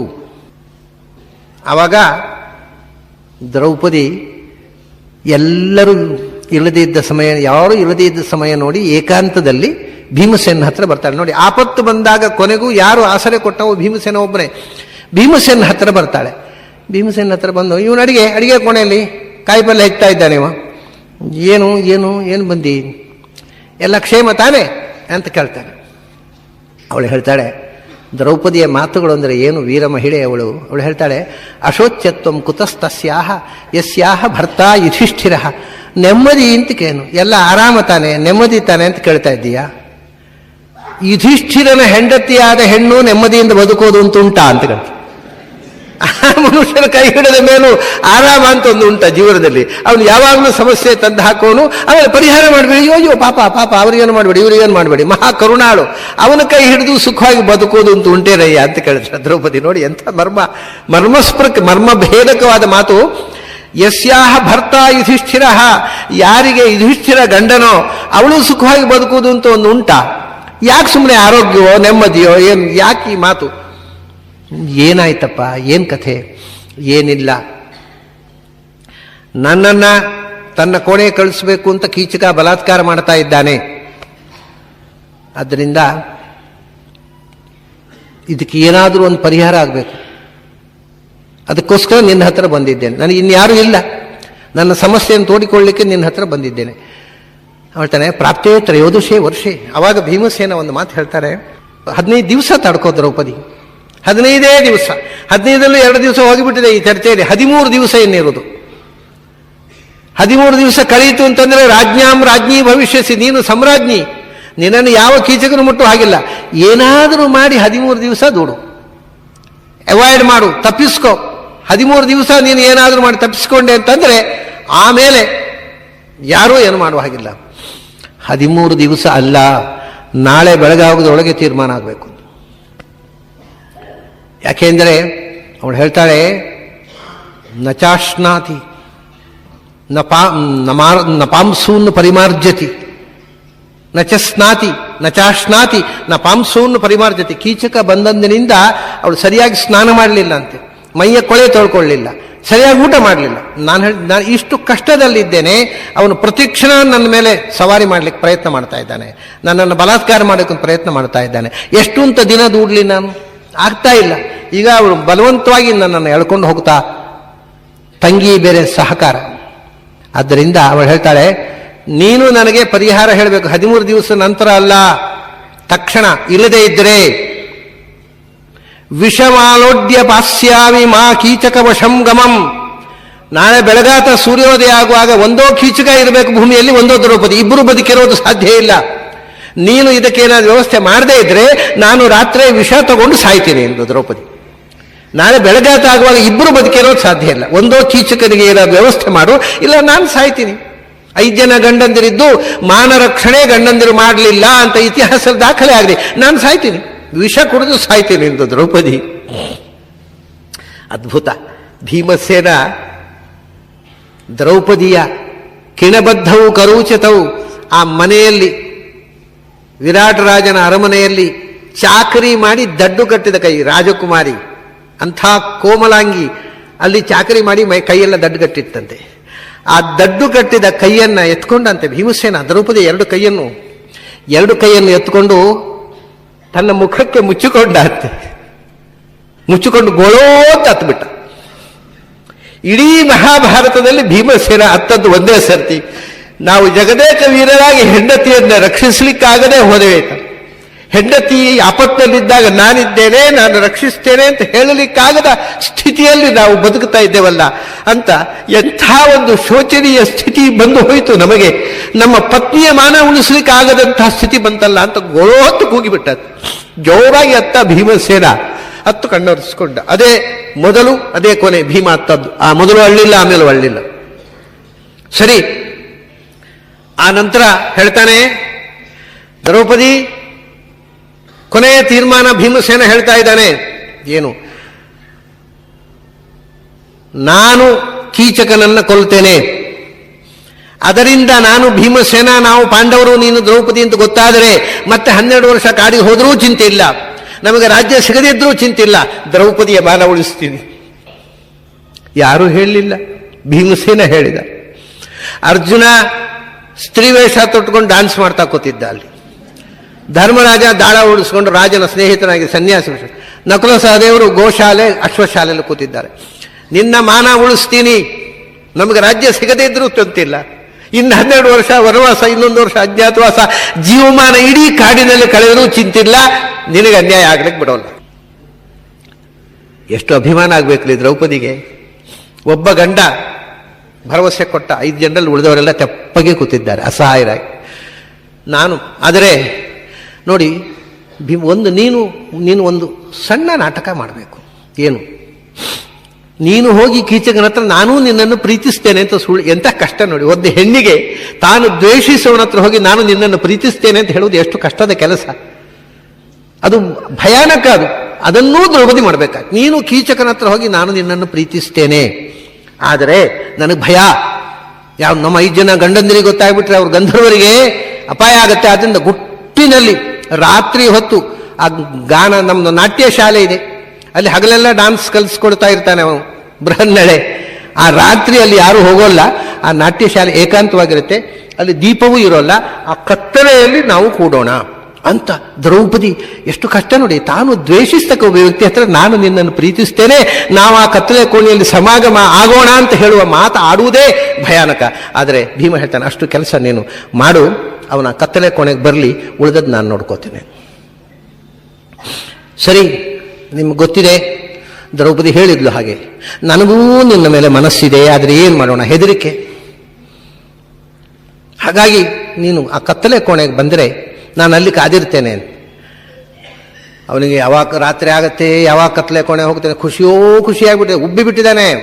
ದ್ರೌಪದಿ ನಿಜವಾಗಿ ನನ್ನನ್ನು ಮೆಚ್ಚಿಕೊಂಡಿದ್ದಾಳೆ ಅಂತ ತಿಳ್ಕೊಂಡು, ಸತ್ಯ ಅಂತ ನಂಬಿಕೊಂಡು ಉಬ್ಬಿಬಿಟ್ಟಿದ್ದಾನೆ. ಯಾವಾಗ ಕತ್ತಲಾಗತ್ತೆ, ಯಾವಾಗ ರಾತ್ರಿ ಆಗತ್ತೆ, ಯಾವಾಗ ಕತ್ತಲೆ ಕೋಣೆ. ಕತ್ತಲಾಯಿತು, ರಾತ್ರಿ ಆಯಿತು, ಭಾರಿ ಸಂಭ್ರಮದಿಂದ ಏನೆಲ್ಲ ಅವನ ಅಲಂಕಾರ ಮಾಡ್ಕೋಬೇಕು, ಏನೆಲ್ಲ ಸೆಂಟ್ ಹಚ್ಕೋಬೇಕು ಎಲ್ಲ ಹಚ್ಕೊಂಡು ಹೋಗಿದ್ದಾನೆ. ಹೋಗಿ ನೀವು ನಾಟಕ ಕಂಪನಿಯಲ್ಲಿ ಈ ನಾಟಕ ನೋಡಿರ್ತೀರಿ ಅಥವಾ ಕೆಲವರಾದ ನೋಡಿದ್ದೀರಿ. ಹಾಗೆ ಇಲ್ಲ, ಮಹಾಭಾರತದಲ್ಲಿ ಇರುವುದು ಬೇರೆ. ನಾಟಕದಲ್ಲಿ ಭೀಮಸೇನ ಮತ್ತು ಕೀಚಕ, ಭೀಮಸೇನ ದ್ರೌಪದಿ ಹಾಗೆ ಕೀಳು ಸ್ವರದಲ್ಲಿ ಮಾತಾಡ್ತಾನೆ. ಅದೇನು ಮಾತಿನ ಪ್ರಶ್ನೆ ಇಲ್ಲ, ಅಲ್ಲಿ ಮಾತಾಡಿದ್ರೆ ಗೊತ್ತಾಗುತ್ತೆ. ಕೀಚಕ ಒಳಗೆ ಬಂದ ಕತ್ತಲೆ ಕೋಣೆಯಲ್ಲಿ, ಇಲ್ಲೋ ದ್ರೌಪದಿ ಇದ್ದಾಳೆ ಇಲ್ಲಿ ಅಂತ, ದ್ರೌಪದಿ ಅಂದ. ಅವನು ಅಷ್ಟು ಹೇಳೋದೇ ತಡ ಭೀಮಸೇನ ಅವನನ್ನು ಹಿಡಿದು ಚಚ್ಚಿಬಿಟ್ಟ. ಅಷ್ಟೇ, ಮಾತಾಡಲಿಲ್ಲ, ಹಿಡಿದು ಚಚ್ಚಿಬಿಟ್ಟ. ಅವನು ಮುಂದಿನ ಮಾತಾಡಲಿಕ್ಕೆ ಅವನು ಬದುಕಿ ಉಳಿಯಲಿಲ್ಲ, ಸಂಭಾಷಣೆ ನಡೆಯಲಿಲ್ಲ. ಅಲ್ಲಿ ಏನು ಮಾಡಿದ್ದಾನೆ, ಅವನನ್ನು ಚಚ್ಚಿ ಅವನ 2 ಕೈ 2 ಕಾಲು ತಲೆ ಇಷ್ಟನ್ನು ಅವನ ಹೊಟ್ಟೆ ಒಳಗೆ ಸೇರಿಸಿಬಿಟ್ಟಿದ್ದಾನೆ. ಒಂದು ದೊಡ್ಡ ಫುಟ್ಬಾಲ್ ಥರ ಮಾಡಿಬಿಟ್ಟಿದ್ದಾನೆ. ಅವನು ಕ್ವಾಸ್ಯ ಗ್ರೀವ ಕೊಚರಣವು ಕೊಹಸ್ತವು. ಜನರು ಅಲ್ಲ, ಇವನು ಕುತ್ತಿಗೆಯಲ್ಲಿದೆ, ಇವನು ತಲೆಯಲ್ಲಿದೆ, ಇವನು ಕೈಯಲ್ಲಿದೆ, ಕಾಲಲ್ಲಿದೆ ಅಂತ ಅಕ್ಕಿ ಮುಡಿ ಕಟ್ಟಿದ ಕಟ್ಟಿಟ್ಬಿಟ್ಟಿದ್ದಾನೆ. ಎಲ್ಲ ಒಟ್ಟು ಮಾಡಿ ಏನೂ ಕಾಣದ ಹಾಗೆ ಮಾಡಿ ಅವನ್ನ ಅಷ್ಟು ಒಂದು ಮಾಂಸದ ಮುದ್ದೆ ಹಾಗೆ ಮಾಡಿ ಒಂದು ಬುನೆಯಲ್ಲಿ ಬಿಟ್ಟು. ತಮಾಷೆ ಏನು ಅಂದರೆ, ಹೊರಟೋಗಿ ಅಡಿಗೆ ಕೋಣೆಯಲ್ಲಿ ಮಲಗಿಬಿಟ್ಟಿದ್ದಾನೆ ಅವ. ಇಷ್ಟೆಲ್ಲ ಮಾಡಿ ದ್ರೌಪದಿ ಕಿರಿಚಿದ್ಲು, ನೋಡಿ ನನ್ನ 5 ಜನ ಗಂಧರ್ವರು ಬಂದು ಕೀಚಕನನ್ನು ಕೊಂದಿದ್ದಾರೆ. ಜನ ನಂಬಿದರು, ಗಂಧರ್ವರು ಬಂದಿದ್ದಾರೆ. 5 ಜನ ಗಂಧರ್ವರು ಬಂದು ಕೀಚಕನನ್ನು ಕೊಂದಿದ್ದಾರೆ. ಸರಿ, ಕೀಚಕನ ತಮ್ಮಂದಿರು ಬಂದರು. ನೋಡಿ, ಪ್ರಾಯ ನನ್ಕಂಡು ದ್ರೌಪದಿಯಷ್ಟು ಕಷ್ಟವನ್ನು ಅನುಭವಿಸಿದ ಒಬ್ಬ ಹೆಣ್ಮಗಳೇ ಇತಿಹಾಸದಲ್ಲಿಲ್ಲ. ಮಹಾವೀರ ಮಹಿಳೆ. ಏನು ಮಾಡ್ತಾರೆ ಗೊತ್ತಾ, 5 ಜನ ಬಂದವರು, ಭೀಮಸೇನ ಮಲಗಿಬಿಟ್ಟಿದ್ದಾನೆ. ಅವ್ರು ಬಂದರು, ತಮ್ಮಂದಿರು ಕೀಚಕನನ್ನು ಕೊಂಡು ಹೋಗ್ಬೇಕಲ್ಲ, ಸಿದಿಗೆಗೆ ಕಟ್ಟಿದ್ರು. ಸಿದಿಗೆ ಕಟ್ಟಿ ಹಿಡ್ಕೊಂಡು ಹೋಗುವಾಗ ನಮ್ಮ ಅಣ್ಣನ ಪ್ರೇಯಸಿ ನೀನು ಅಂತ ಅವಳನ್ನು ಕಟ್ಟಿ ಹಿಡ್ಕೊಂಡು ಹೋದ್ರು. ಎಷ್ಟು ಭಯಾನಕ ನೋಡಿ. ಕೀಚಕನ ಹೆಣದ ಜೊತೆಗೆ ದ್ರೌಪದಿಯನ್ನು ಹೆಡೆಮುರಿಗೆ ಕಟ್ಟಿ ಹೊತ್ಕೊಂಡು ಹೋಗಿದ್ದಾರೆ ಸ್ಮಶಾನಕ್ಕೆ. ನಿನ್ನನ್ನು ಸುಟ್ಟು ಬಿಡ್ತೇವೆ ನಮ್ಮ ಅಣ್ಣನ ಜೊತೆಗೆ, ಅಣ್ಣನ ಪ್ರೇಯಸಿ ಅಣ್ಣನ ಜೊತೆಗೆ ಸಹಗಮನ ಮಾಡಲಿ ಅಂತ. ಏನು ಮಾಡಬೇಕು, ದ್ರೌಪದಿ ಕಟ್ಟಿಬಿಟ್ಟಿದ್ದಾರೆ, ಕಟ್ಟಿ ಹೊತ್ಕೊಂಡು ಹೋಗ್ತಾ ಇದ್ದಾರೆ. ಮತ್ತೆ ಪುನಃ ಜಯ ಜಯಂತ ವಿಜಯ ಜಯತ್ಸೇನ ಜಯದ್ಬಲ ಗಂಧರ್ವರೇ ನನ್ನನ್ನು ಕಟ್ಟಿಕೊಂಡು ಸ್ಮಶಾನಕ್ಕೆ ಒಯ್ತಾ ಇದ್ದಾರೆ, ನನ್ನನ್ನು ರಕ್ಷಣೆ ಮಾಡಿ ಅಂತ ಆ ಸಿದ್ಗೆಯಲ್ಲಿ ಕೂಗಿದ್ಲು. ಭೀಮಸೇನ ಅಡಿಗೆ ಕೋಣೆಯಿಂದ ಎದ್ದ. ರಾತ್ರಿ ಹೊತ್ತು ಇನ್ನೂ ಬೆಳಗಾಗಿಲ್ಲ ನೋಡಿ. ರಾತ್ರಿ ಎದ್ದ, ಪಾಗಾರ ಹಾರಿಕೊಂಡು ಅಲ್ಲಿಗೆ ಹೋದ, ಸ್ಮಶಾನಕ್ಕೆ ಹೋಗೋ ದಾರಿಯಲ್ಲಿ ಹೋದ. ಅವನು ಕೀಚಕನ ಎಲ್ಲ ತಮ್ಮಂದಿರನ್ನು ಮುಗಿಸಿದ. ದ್ರೌಪದಿಯನ್ನು ಹಗ್ಗ ಬಿಚ್ಚಿ ಹೋಗು ಬಂದವನ ಮಲ್ಕೊಂಡ್ಬಿಟ್ಟ. ಸರಿ, ಬೆಳಗಾತ ಎಲ್ಲರಿಗೂ ಆಶ್ಚರ್ಯ. ಗಂಧರ್ವರು ಬಂದು ಕೊಂದು ಬಿಟ್ಟಿದ್ದಾರೆ ಕೀಚಕನ ತಮ್ಮಂದಿರನ್ನು. ಎಲ್ಲ ಮಾಡಿದವ ಭೀಮಸೇನ. ದ್ರೌಪದಿ ಬಂದು ಅಡಿಗೆ ಕೋಣೆ ಹತ್ರ ನಿಂತು ತಮಾಷೆ ಮಾಡ್ತಾಳೆ ನೋಡಿ. ಇದು ಆ ಜೀವನವನ್ನು ಎಂಜಾಯ್ ಮಾಡೋದು. ಇಂಥ ಪ್ರಸಂಗದಲ್ಲಿ ದ್ರೌಪದಿ ಜೋಕು. ಅವಳು ಅಡಿಗೆ ಕೋಣೆ ಹತ್ರ ಬಂದು, ನಮೋ ಗಂಧರ್ವರಾಜಾಯ ಏನಾಸ್ಮಿ ಪರಿರಕ್ಷಿತ, ನನ್ನನ್ನು ರಕ್ಷಣೆ ಮಾಡಿದ ಗಂಧರ್ವನಿಗೆ ನಮಸ್ಕಾರ, ಭೀಮನಿಗೆ ನಮಸ್ಕಾರ. ಅದು ಆ ಜನರಿಗೆ ಗೊತ್ತಾವ, ನಮೋ ಗಂಧರ್ವರಾಜಾಯ, ನನ್ನ ಮಾನ ರಕ್ಷಣೆ ಮಾಡಿದ ಆ ಗಂಧರ್ವನಿಗೆ ನಮಸ್ಕಾರಪ್ಪ ಅಂತ ಹೇಳಿ ನಗ್ತಾ ಹೊರಟೋಗ್ಬಿಡ್ತಾರೆ. ಅಂತೂ ಕೊನೆಗೆ ಇಷ್ಟೆಲ್ಲ ಆದಾಗ ಸೈರಂಧ್ರಿ ಇದು ಮಾಡಿದ್ಲಲ್ಲ, ಸುದೇಶ್ನೆ ಉದ್ದಕ್ಕೆ, ತಾಯಿ ನೀನು ನಮ್ಮ ಮನೇಲಿ ಇರೋದು ಬೇಡ, ಹೊರಟೋಗು. ಯಾಕೆಂದ್ರೆ ನನ್ನ ಅಣ್ಣಂದರು ತಮ್ಮಂದ್ರು ಎಲ್ಲ ಹೋದ್ರು, ಇನ್ನು ನಮಗೂ ಪಚಿತಿ, ನೀನಿದ್ರೆ ಗಂಧರ್ವರು ನಮ್ಮ ಗಂಡನ ಮೇಲೆ ಕೈ ಮಾಡಿ ನಾ ಏನು ಮಾಡ್ಬೇಕು, ನೀನು ಇರೋದು ಬೇಡಮ್ಮ, ಹೋಗು. ಅಯ್ಯೋ ತಾಯಿ, ಇನ್ನೊಂದು 13 ದಿವಸ, ಆಮೇಲೆ ಏನು ಮಾಡೋಲ್ಲ, 13 ದಿವಸ ನನ್ನ ಇರಬೇಡಿ, ಏನೂ ಮಾಡಿ ನಿಮ್ಮ ಚಾಕರಿ ಮಾಡ್ಕೊಂಡಿರ್ತೇನೆ, 13 ದಿವಸ ಆದ್ಮೇಲೆ ನಾನು ಅಷ್ಟಕ್ಕೆ ಹೋಗ್ತೀನಿ. ಕಡೆಗೆ ಉಪಾಯ ಇಲ್ಲದೆ ಒಪ್ಪಿಕೊಂಡು 13 ದಿವಸ ಆಯಿತು. 13 ದಿವಸ ಆದಮೇಲೆ ಅವರು ವಿರಾಟ ರಾಜನ ಆಸ್ಥಾನದಿಂದ ಹೊರಟು ಹೋದ್ರು. ಇದು ಭೀಮಸೇನ ಇಲ್ಲಿ ನಡ್ಕೊಂಡ ರೀತಿ. ಇಷ್ಟಾದ್ಮೇಲೆ ಆಯಿತು, 13 ವರ್ಷ ಆಯ್ತು. 1 ವರ್ಷ ಅಜ್ಞಾತವಾಸವು ಮುಗಿಯಿತು. ದುರ್ಯೋಧನ ಏನು ಮಾಡಿದ್ದಾನೆ, ಯಾರ್ಯಾರು ಗೂಢಚರರು ಎಲ್ಲೆಲ್ಲಿ ಹೋಗ್ಲಿಕ್ಕೆ ಸಾಧ್ಯ, ಇಡೀ ಭಾರತದಾದ್ಯಂತ ಗೂಢಚರರನ್ನು ಅಟ್ಟಿದ್ದಾನೆ. ಗೂಢಚರರನ್ನು ಕಳಿಸಿ ಅವನದೇನು ಅಂದರೆ, ಎಲ್ಲಿಯಾದರೂ ಪಾಂಡವರ ಸುಳಿವು ಸಿಕ್ಕೇ ಸಿಗುತ್ತೆ. ಪಾಂಡವರ ಸುಳಿವು ಸಿಗದೇ ಇರುವುದೊಂದು, 5 ಜನ ಒಟ್ಟಿಗಿದ್ದಾರೆ, ದ್ರೌಪದಿ ಇದ್ದಾಳೆ, ಎಲ್ಲಿಯಾದರೂ ಸುಳಿವು ಸಿಕ್ಕೇ ಸಿಗುತ್ತೆ. ಸಿಕ್ಕಿದರೆ ನನಗೆ ವರ್ತಮಾನ, ಯಾಕಂದರೆ ಅವರು ಸುಳಿವು ಸಿಕ್ಕಿದ ತಕ್ಷಣ ಮತ್ತೆ ಕಾಡಿ ಕಳಿಸೋದು. 1 ವರ್ಷದ ಒಳಗೆ ಅವರು ಸುಳಿವು ಹೇಳಬೇಕು ಅಂತ ಕಳಿಸಿಕೊಟ್ಟಿದ್ದಾನೆ. ಇವು ಬಂದರು, 13 ವರ್ಷ ಮುಗಿದ ಮೇಲೆ ಬಂದರು. ಇಂಥ ಸ್ಪೈಯಿಂಗ್ ಇದ್ದರೆ ಬಹಳ ಕಷ್ಟ ರಾಜಕಾರಣಿಗಳಿಗೆ. ಅವನು ವರ್ತಮಾನ ಎಲ್ಲ ಅನರ್ಥ ಆದ ಮೇಲೆ ಇವರು ಅರೆಸ್ಟ್ ಮಾಡೋರು ಅಪರಾಧಿಗಳನ್ನು. ಹಾಗೆ ಬಂದು ದುರ್ಯೋಧನ ಹೇಳ್ತಾನೆ, ಏನು ಪಾಂಡವರದ್ದು ಗುರುತು ಸಿಗ್ತಾ? ಇಲ್ಲ ಸ್ವಾಮಿ, ಪಾಂಡವರು ಅವರು ಖಂಡಿತವಾಗಿ ಕಾಡಿನಲ್ಲಿ ಯಾವುದೋ ಕಾಡು ಪ್ರಾಣಿಗಳ ಬಾಯಿಗೆ ಸಿಕ್ಕಿ ಸತ್ತು ಹೋಗಿರಬೇಕು. ಯಾಕೆ ಇಲ್ಲದಿದ್ದರೆ ಗೊತ್ತಾಗದೇ ಇರೋದು ಸಾಧ್ಯವಿಲ್ಲ. ಅದು ಎಲ್ಲ ಹೌದು. ಆದರೆ ಒಂದು ಹೊಸ ಸುದ್ದಿ ಇದೆ. ಏನು? ವಿರಾಟ ನಗರದಲ್ಲಿ ಕೀಚಕ, ನಾವು ಕೀಚಕನಿಗೆ ಹೆದರಿ ವಿರಾಟ ನಗರದ ಸುದ್ದಿಗೆ ಹೋಗಿರಲಿಲ್ಲ ಇವರಿಗೆ. ಅಂಥ ಕೀಚಕನನ್ನ ಯಾರೋ 5 ಜನ ಗಂಧರ್ವರು ಒಬ್ಬಳ ಹೆಣ್ಮಗಳನ್ನು ರಕ್ಷಣೆ ಮಾಡೋದಕ್ಕೋಸ್ಕರ 5 ಜನ ಗಂಧರ್ವರು ಕೊಂದಿದ್ದಾರೆ. ಇದೊಂದು ಹೊಸ ಸುದ್ದಿ. ಅಂದರೆ ಈಗ ವಿರಾಟ ನಗರದ ಮೇಲೆ ನಾವು ದಾಳಿ ಮಾಡಬಹುದು. ನಮಗೆ ಇಷ್ಟವರೆಗೆ ಕೀಚಕ ಇದ್ದದ್ರಿಂದ ವಿರಾಟ ನಗರದ ಹಿಡಿತಾ ಇರಲಿಲ್ಲ, ಇನ್ನು ನಾವು ಅದನ್ನು ಸ್ವಾಧೀನಪಡಿಸ್ಕೊಳ್ಳಿ, ಇದೊಂದು ಹೊಸ ಸುದ್ದಿ ಉಂಟು ಸ್ವಾಮಿ ಅಂತಾರೆ ಗೂಢಚರರು. ದುರ್ಯೋಧನನ ಬುದ್ಧಿವಂತಿಕೆ ನೋಡಿ, ಅವನು ಹೇಳ್ತಾನೆ, ಹೌದಾ, ಕೀಚಕನನ್ನ ಗಂಧರ್ವರು ಕೊಂದ್ರ? ಯಾವ ಗಂಧರ್ವರಂತೆ? ಯಾರೋ ಗೊತ್ತಿಲ್ಲಪ್ಪ, ಯಾರೋ ಗಂಧರ್ವರಂತೆ. ಇವನು ಕೂಡಲೇ ಒಂದು ಲಾಜಿಕಲ್ ಕನ್ಕ್ಲೂಷನ್ಗೆ ಬರ್ತಾನೆ. ಏನು ಅಂದರೆ, ನಮ್ಮ ಕಾಲದಲ್ಲಿ ಸತ್ವೇ ಬಾಹುಬಲೇ ಧೈರ್ಯೇ ಪ್ರಾಣೇ ಶರೀರ ಸಂಭವೇ ಚತ್ವಾರ ಪ್ರಾಣಿನಾಂ ಶ್ರೇಷ್ಠಾ ಸಂಪೂರ್ಣ ಬಲ ಪೌರುಷಾ. ನೋಡಿ, ಇದು ಭೀಮಸೇನನ ಬಗ್ಗೆ ದುರ್ಯೋಧನ ಕೊಟ್ಟ ಸರ್ಟಿಫಿಕೇಟ್. ಅವನ ಬದ್ಧ ಶತ್ರು. ನಮ್ಮ ಕಾಲದಲ್ಲೇ ಸತ್ವೇ ಬಾಹುಬಲೇ ಧೈರ್ಯೇ ಪ್ರಾಣೇ ಶಾರೀರ ಸಂಭವೇ, ದೇಹಬಲ, ಆತ್ಮಬಲ, ಮನೋಬಲ, ಎದೆಗಾರಿಕೆ, ಶತ್ರುಗಳನ್ನು ಸದೆಬಡಿಯುವ ತಾಕತ್ತು, ಇದು ಎಲ್ಲದರಲ್ಲಿಯೂ ವಿಶೇಷವಾಗಿ ಗದಾಯುದ್ಧದಲ್ಲಿ ನಮ್ಮ ಕಾಲದಲ್ಲಿ ಇರತಕ್ಕಂಥವರು 4 ಮಂದಿ ಮಹಾವೀರರು, ಔಟ್ಸ್ಟ್ಯಾಂಡಿಂಗ್ ಪರ್ಸನಾಲಿಟೀಸ್, 4 ಜನ. ತನ್ನನ್ನೂ ಸೇರಿಸೋಲ್ಲ ಅವನು ಆ 4 ಜನರಲ್ಲಿ. ಯಾರೆಲ್ಲ? ಭೀಮಶ್ಚ ಬಲಭದ್ರಶ್ಚ ಮದ್ರರಾಜಸ್ಯ ವೀರ್ಯವಾನ್ ಚತುರ್ಥ ಕೀಚಕಸ್ತೇಷಂ ಪಂಚಮಂ ನಾನು ಶುಶ್ರೂಮ. ಅವನು ಹೇಳ್ತಾನೆ, 4 ಜನ ಮಹಾವೀರರಿರೋದು. ಅದರಲ್ಲಿ ಮೊದಲನೇವ ಭೀಮ, ಎರಡನೇವ ಭೀಮನಿಗೆ ಗದಾಯುದ್ಧ ಕಲಿಸಿದ ವಿದ್ಯಾಗುರು ಬಲರಾಮ, 3ನೇವ ಮದ್ರದೇಶದ ರಾಜನಾದ ಶಲ್ಯ, 4ನೇವ ಕೀಚಕ. ಅದನ್ನ ಕೀಚಕನಿಗಿಂತ ಬಲಿಷ್ಠರು, ಕೀಚಕನನ್ನು ಸೋಲಿಸಬಲ್ಲರು ಇರೋದು 3 ಜನ ಜಗತ್ತಿನಲ್ಲಿ. ನೋಡಿ ಅವನ ಲಾಜಿಕಲ್ ಕನ್ಕ್ಲೂಷನ್. ಒಂದೋ ಭೀಮ, ಒಂದೋ ಬಲರಾಮ, ಒಂದೋ ಶಲ್ಯ. ಈ 3 ಜನ ಬಿಟ್ಟರೆ 4ನೇವ ಕೀಚಕನನ್ನು ತಿಂಡು ಉಳಿಸುವುದು ಸಾಧ್ಯ ಇಲ್ಲ. ಬಲರಾಮ ದ್ವಾರಕೆಯಲ್ಲಿದ್ದಾನೆ, ಶಲ್ಯ ಮದ್ರದೇಶದಲ್ಲಿದ್ದಾನೆ. ಹಾಗಾದ್ರೆ ಇದು ಯಾರು ಇರಬೇಕು? ಈ ಗಂಧರ್ವ ಭೀಮನೇ ಇರಬೇಕು. ಇದು ರಾಜಕೀಯತೆ. ಹಾಗಾದರೆ ಗಂಧರ್ವರು ಅಲ್ಲ, ಅದು ಗುಟ್ಟಿನ ಹೆಸರು. ಅವರು ಅಜ್ಞಾತವಾಸ ಮಾಡುವಾಗ ತಮ್ಮನ್ನು ಗಂಧರ್ವರು ಅಂತ ಹೇಳಿಕೊಂಡಿದ್ದಾರೆ. ಇದು ಕೀಚಕನನ್ನು ಕೊಂದವ ಭೀಮ ಅಲ್ಲದೆ ಇನ್ಯಾರು ಅಲ್ಲ. ಚತುರ್ಥ ಕೀಚಕಸ್ತೇಷಾಂ ಪಂಚಮಂ ನಾನು ಶುಶ್ರೂಮ. 5ನೇವರಿಲ್ಲ, 4 ಮಂದಿ ಮಹಾವೀರರು. ಇದು ದುರ್ಯೋಧನನ ತೀರ್ಮಾನ. ಭೀಮ 1ನೇವ, 2ನೇವ ಬಲರಾಮ, 3ನೇವ ಶಲ್ಯ, 4ನೇವ ಕೀಚಕ. ಈ 5ನೇ ಬೆರಳಿಗೆ ಕೆಲಸ ಇಲ್ಲ ಅಂದ 4 ಜನ ನಮ್ಮ ಕಾಲದ ಮಹಾವೀರರು. ಆ ಕೀಚಕನನ್ನ ಈ ಮೊದಲನೇ 3ರಲ್ಲಿ ಯಾರೋ ಒಬ್ಬರು ಕೊಲ್ಲಬೇಕು. ಇದಿಷ್ಟು ಲಾಜಿಕಲ್ ಕನ್ಕ್ಲೂಷನ್. ಭೀಮ ಅಲ್ಲದೆ ಇದ್ದರೆ ಬಲರಾಮ, ಅವನು ಹೋಗಿಲ್ಲ, ಶಲ್ಯ ಅವನು ಹೋಗಿಲ್ಲ, ಹಾಗಾದ್ರೆ ಭೀಮನೇ ಅಂದ. ಕೀಚಕನನ್ನು ಕೊಂದವ ಭೀಮ. ಈಗ ನೋಡಿ, ಇದೆ ಭೀಮಶ್ಚ ಬಲಭದ್ರಶ್ಚ ಮದ್ರರಾಜಶ್ಚ ವೀರ್ಯವಾನ್ ಅಂತ ಶ್ಲೋಕ, ಹಿಂದಿನ ಪಾಠ. ಈಗೇನು ಮಾಡಿದ್ರು ಗೊತ್ತಾ? ಯಾರೋ ಪಂಡಿತರು ಪ್ರಿಂಟ್ ಮಾಡುವಾಗ ಬಲರಾಮ ಭೀಮನ ಗುರು ಅಲ್ವಾ, ಅವನು ಭೀಮನ ನಂತರ ಹೇಳೋದ, ಅದಕ್ಕೆ ಬಲಭದ್ರಶ್ಚ ಭೀಮಶ್ಚ ಈಗ ಪ್ರಿಂಟ್ ಮಾಡೋ ತಿದ್ದಿ ಹಾಕಿಬಿಟ್ಟಿದ್ದಾರೆ. ಬಲಭದ್ರಶ್ಚ ಭೀಮಶ್ಚ ಮದ್ರರಾಜಶ್ಚ ತಪ್ಪು ಪ್ರಿಂಟ್ ಮಾಡಿಬಿಟ್ಟಿದೆ. ಯಾಕಂದ್ರೆ ನಮ್ಮ ದಡ್ಡತನವನ್ನು ನಾವು ಎಡಿಟ್ ಮಾಡುವಾಗ ತೋರಿಸ್ಲಿಕ್ಕೆ ಹೋದ್ರೆ ಹೀಗಾಗೋದು. ನಿಜವಾಗಿ ಬಲರಾಮನ ಹತ್ರ ವಿದ್ಯಾಭ್ಯಾಸ ಮಾಡಿದ್ದ, ಆದರೆ ಬಲರಾಮನನ್ನು ಮೀರಿಸುವ ವೀರ ಭೀಮಸೇನ.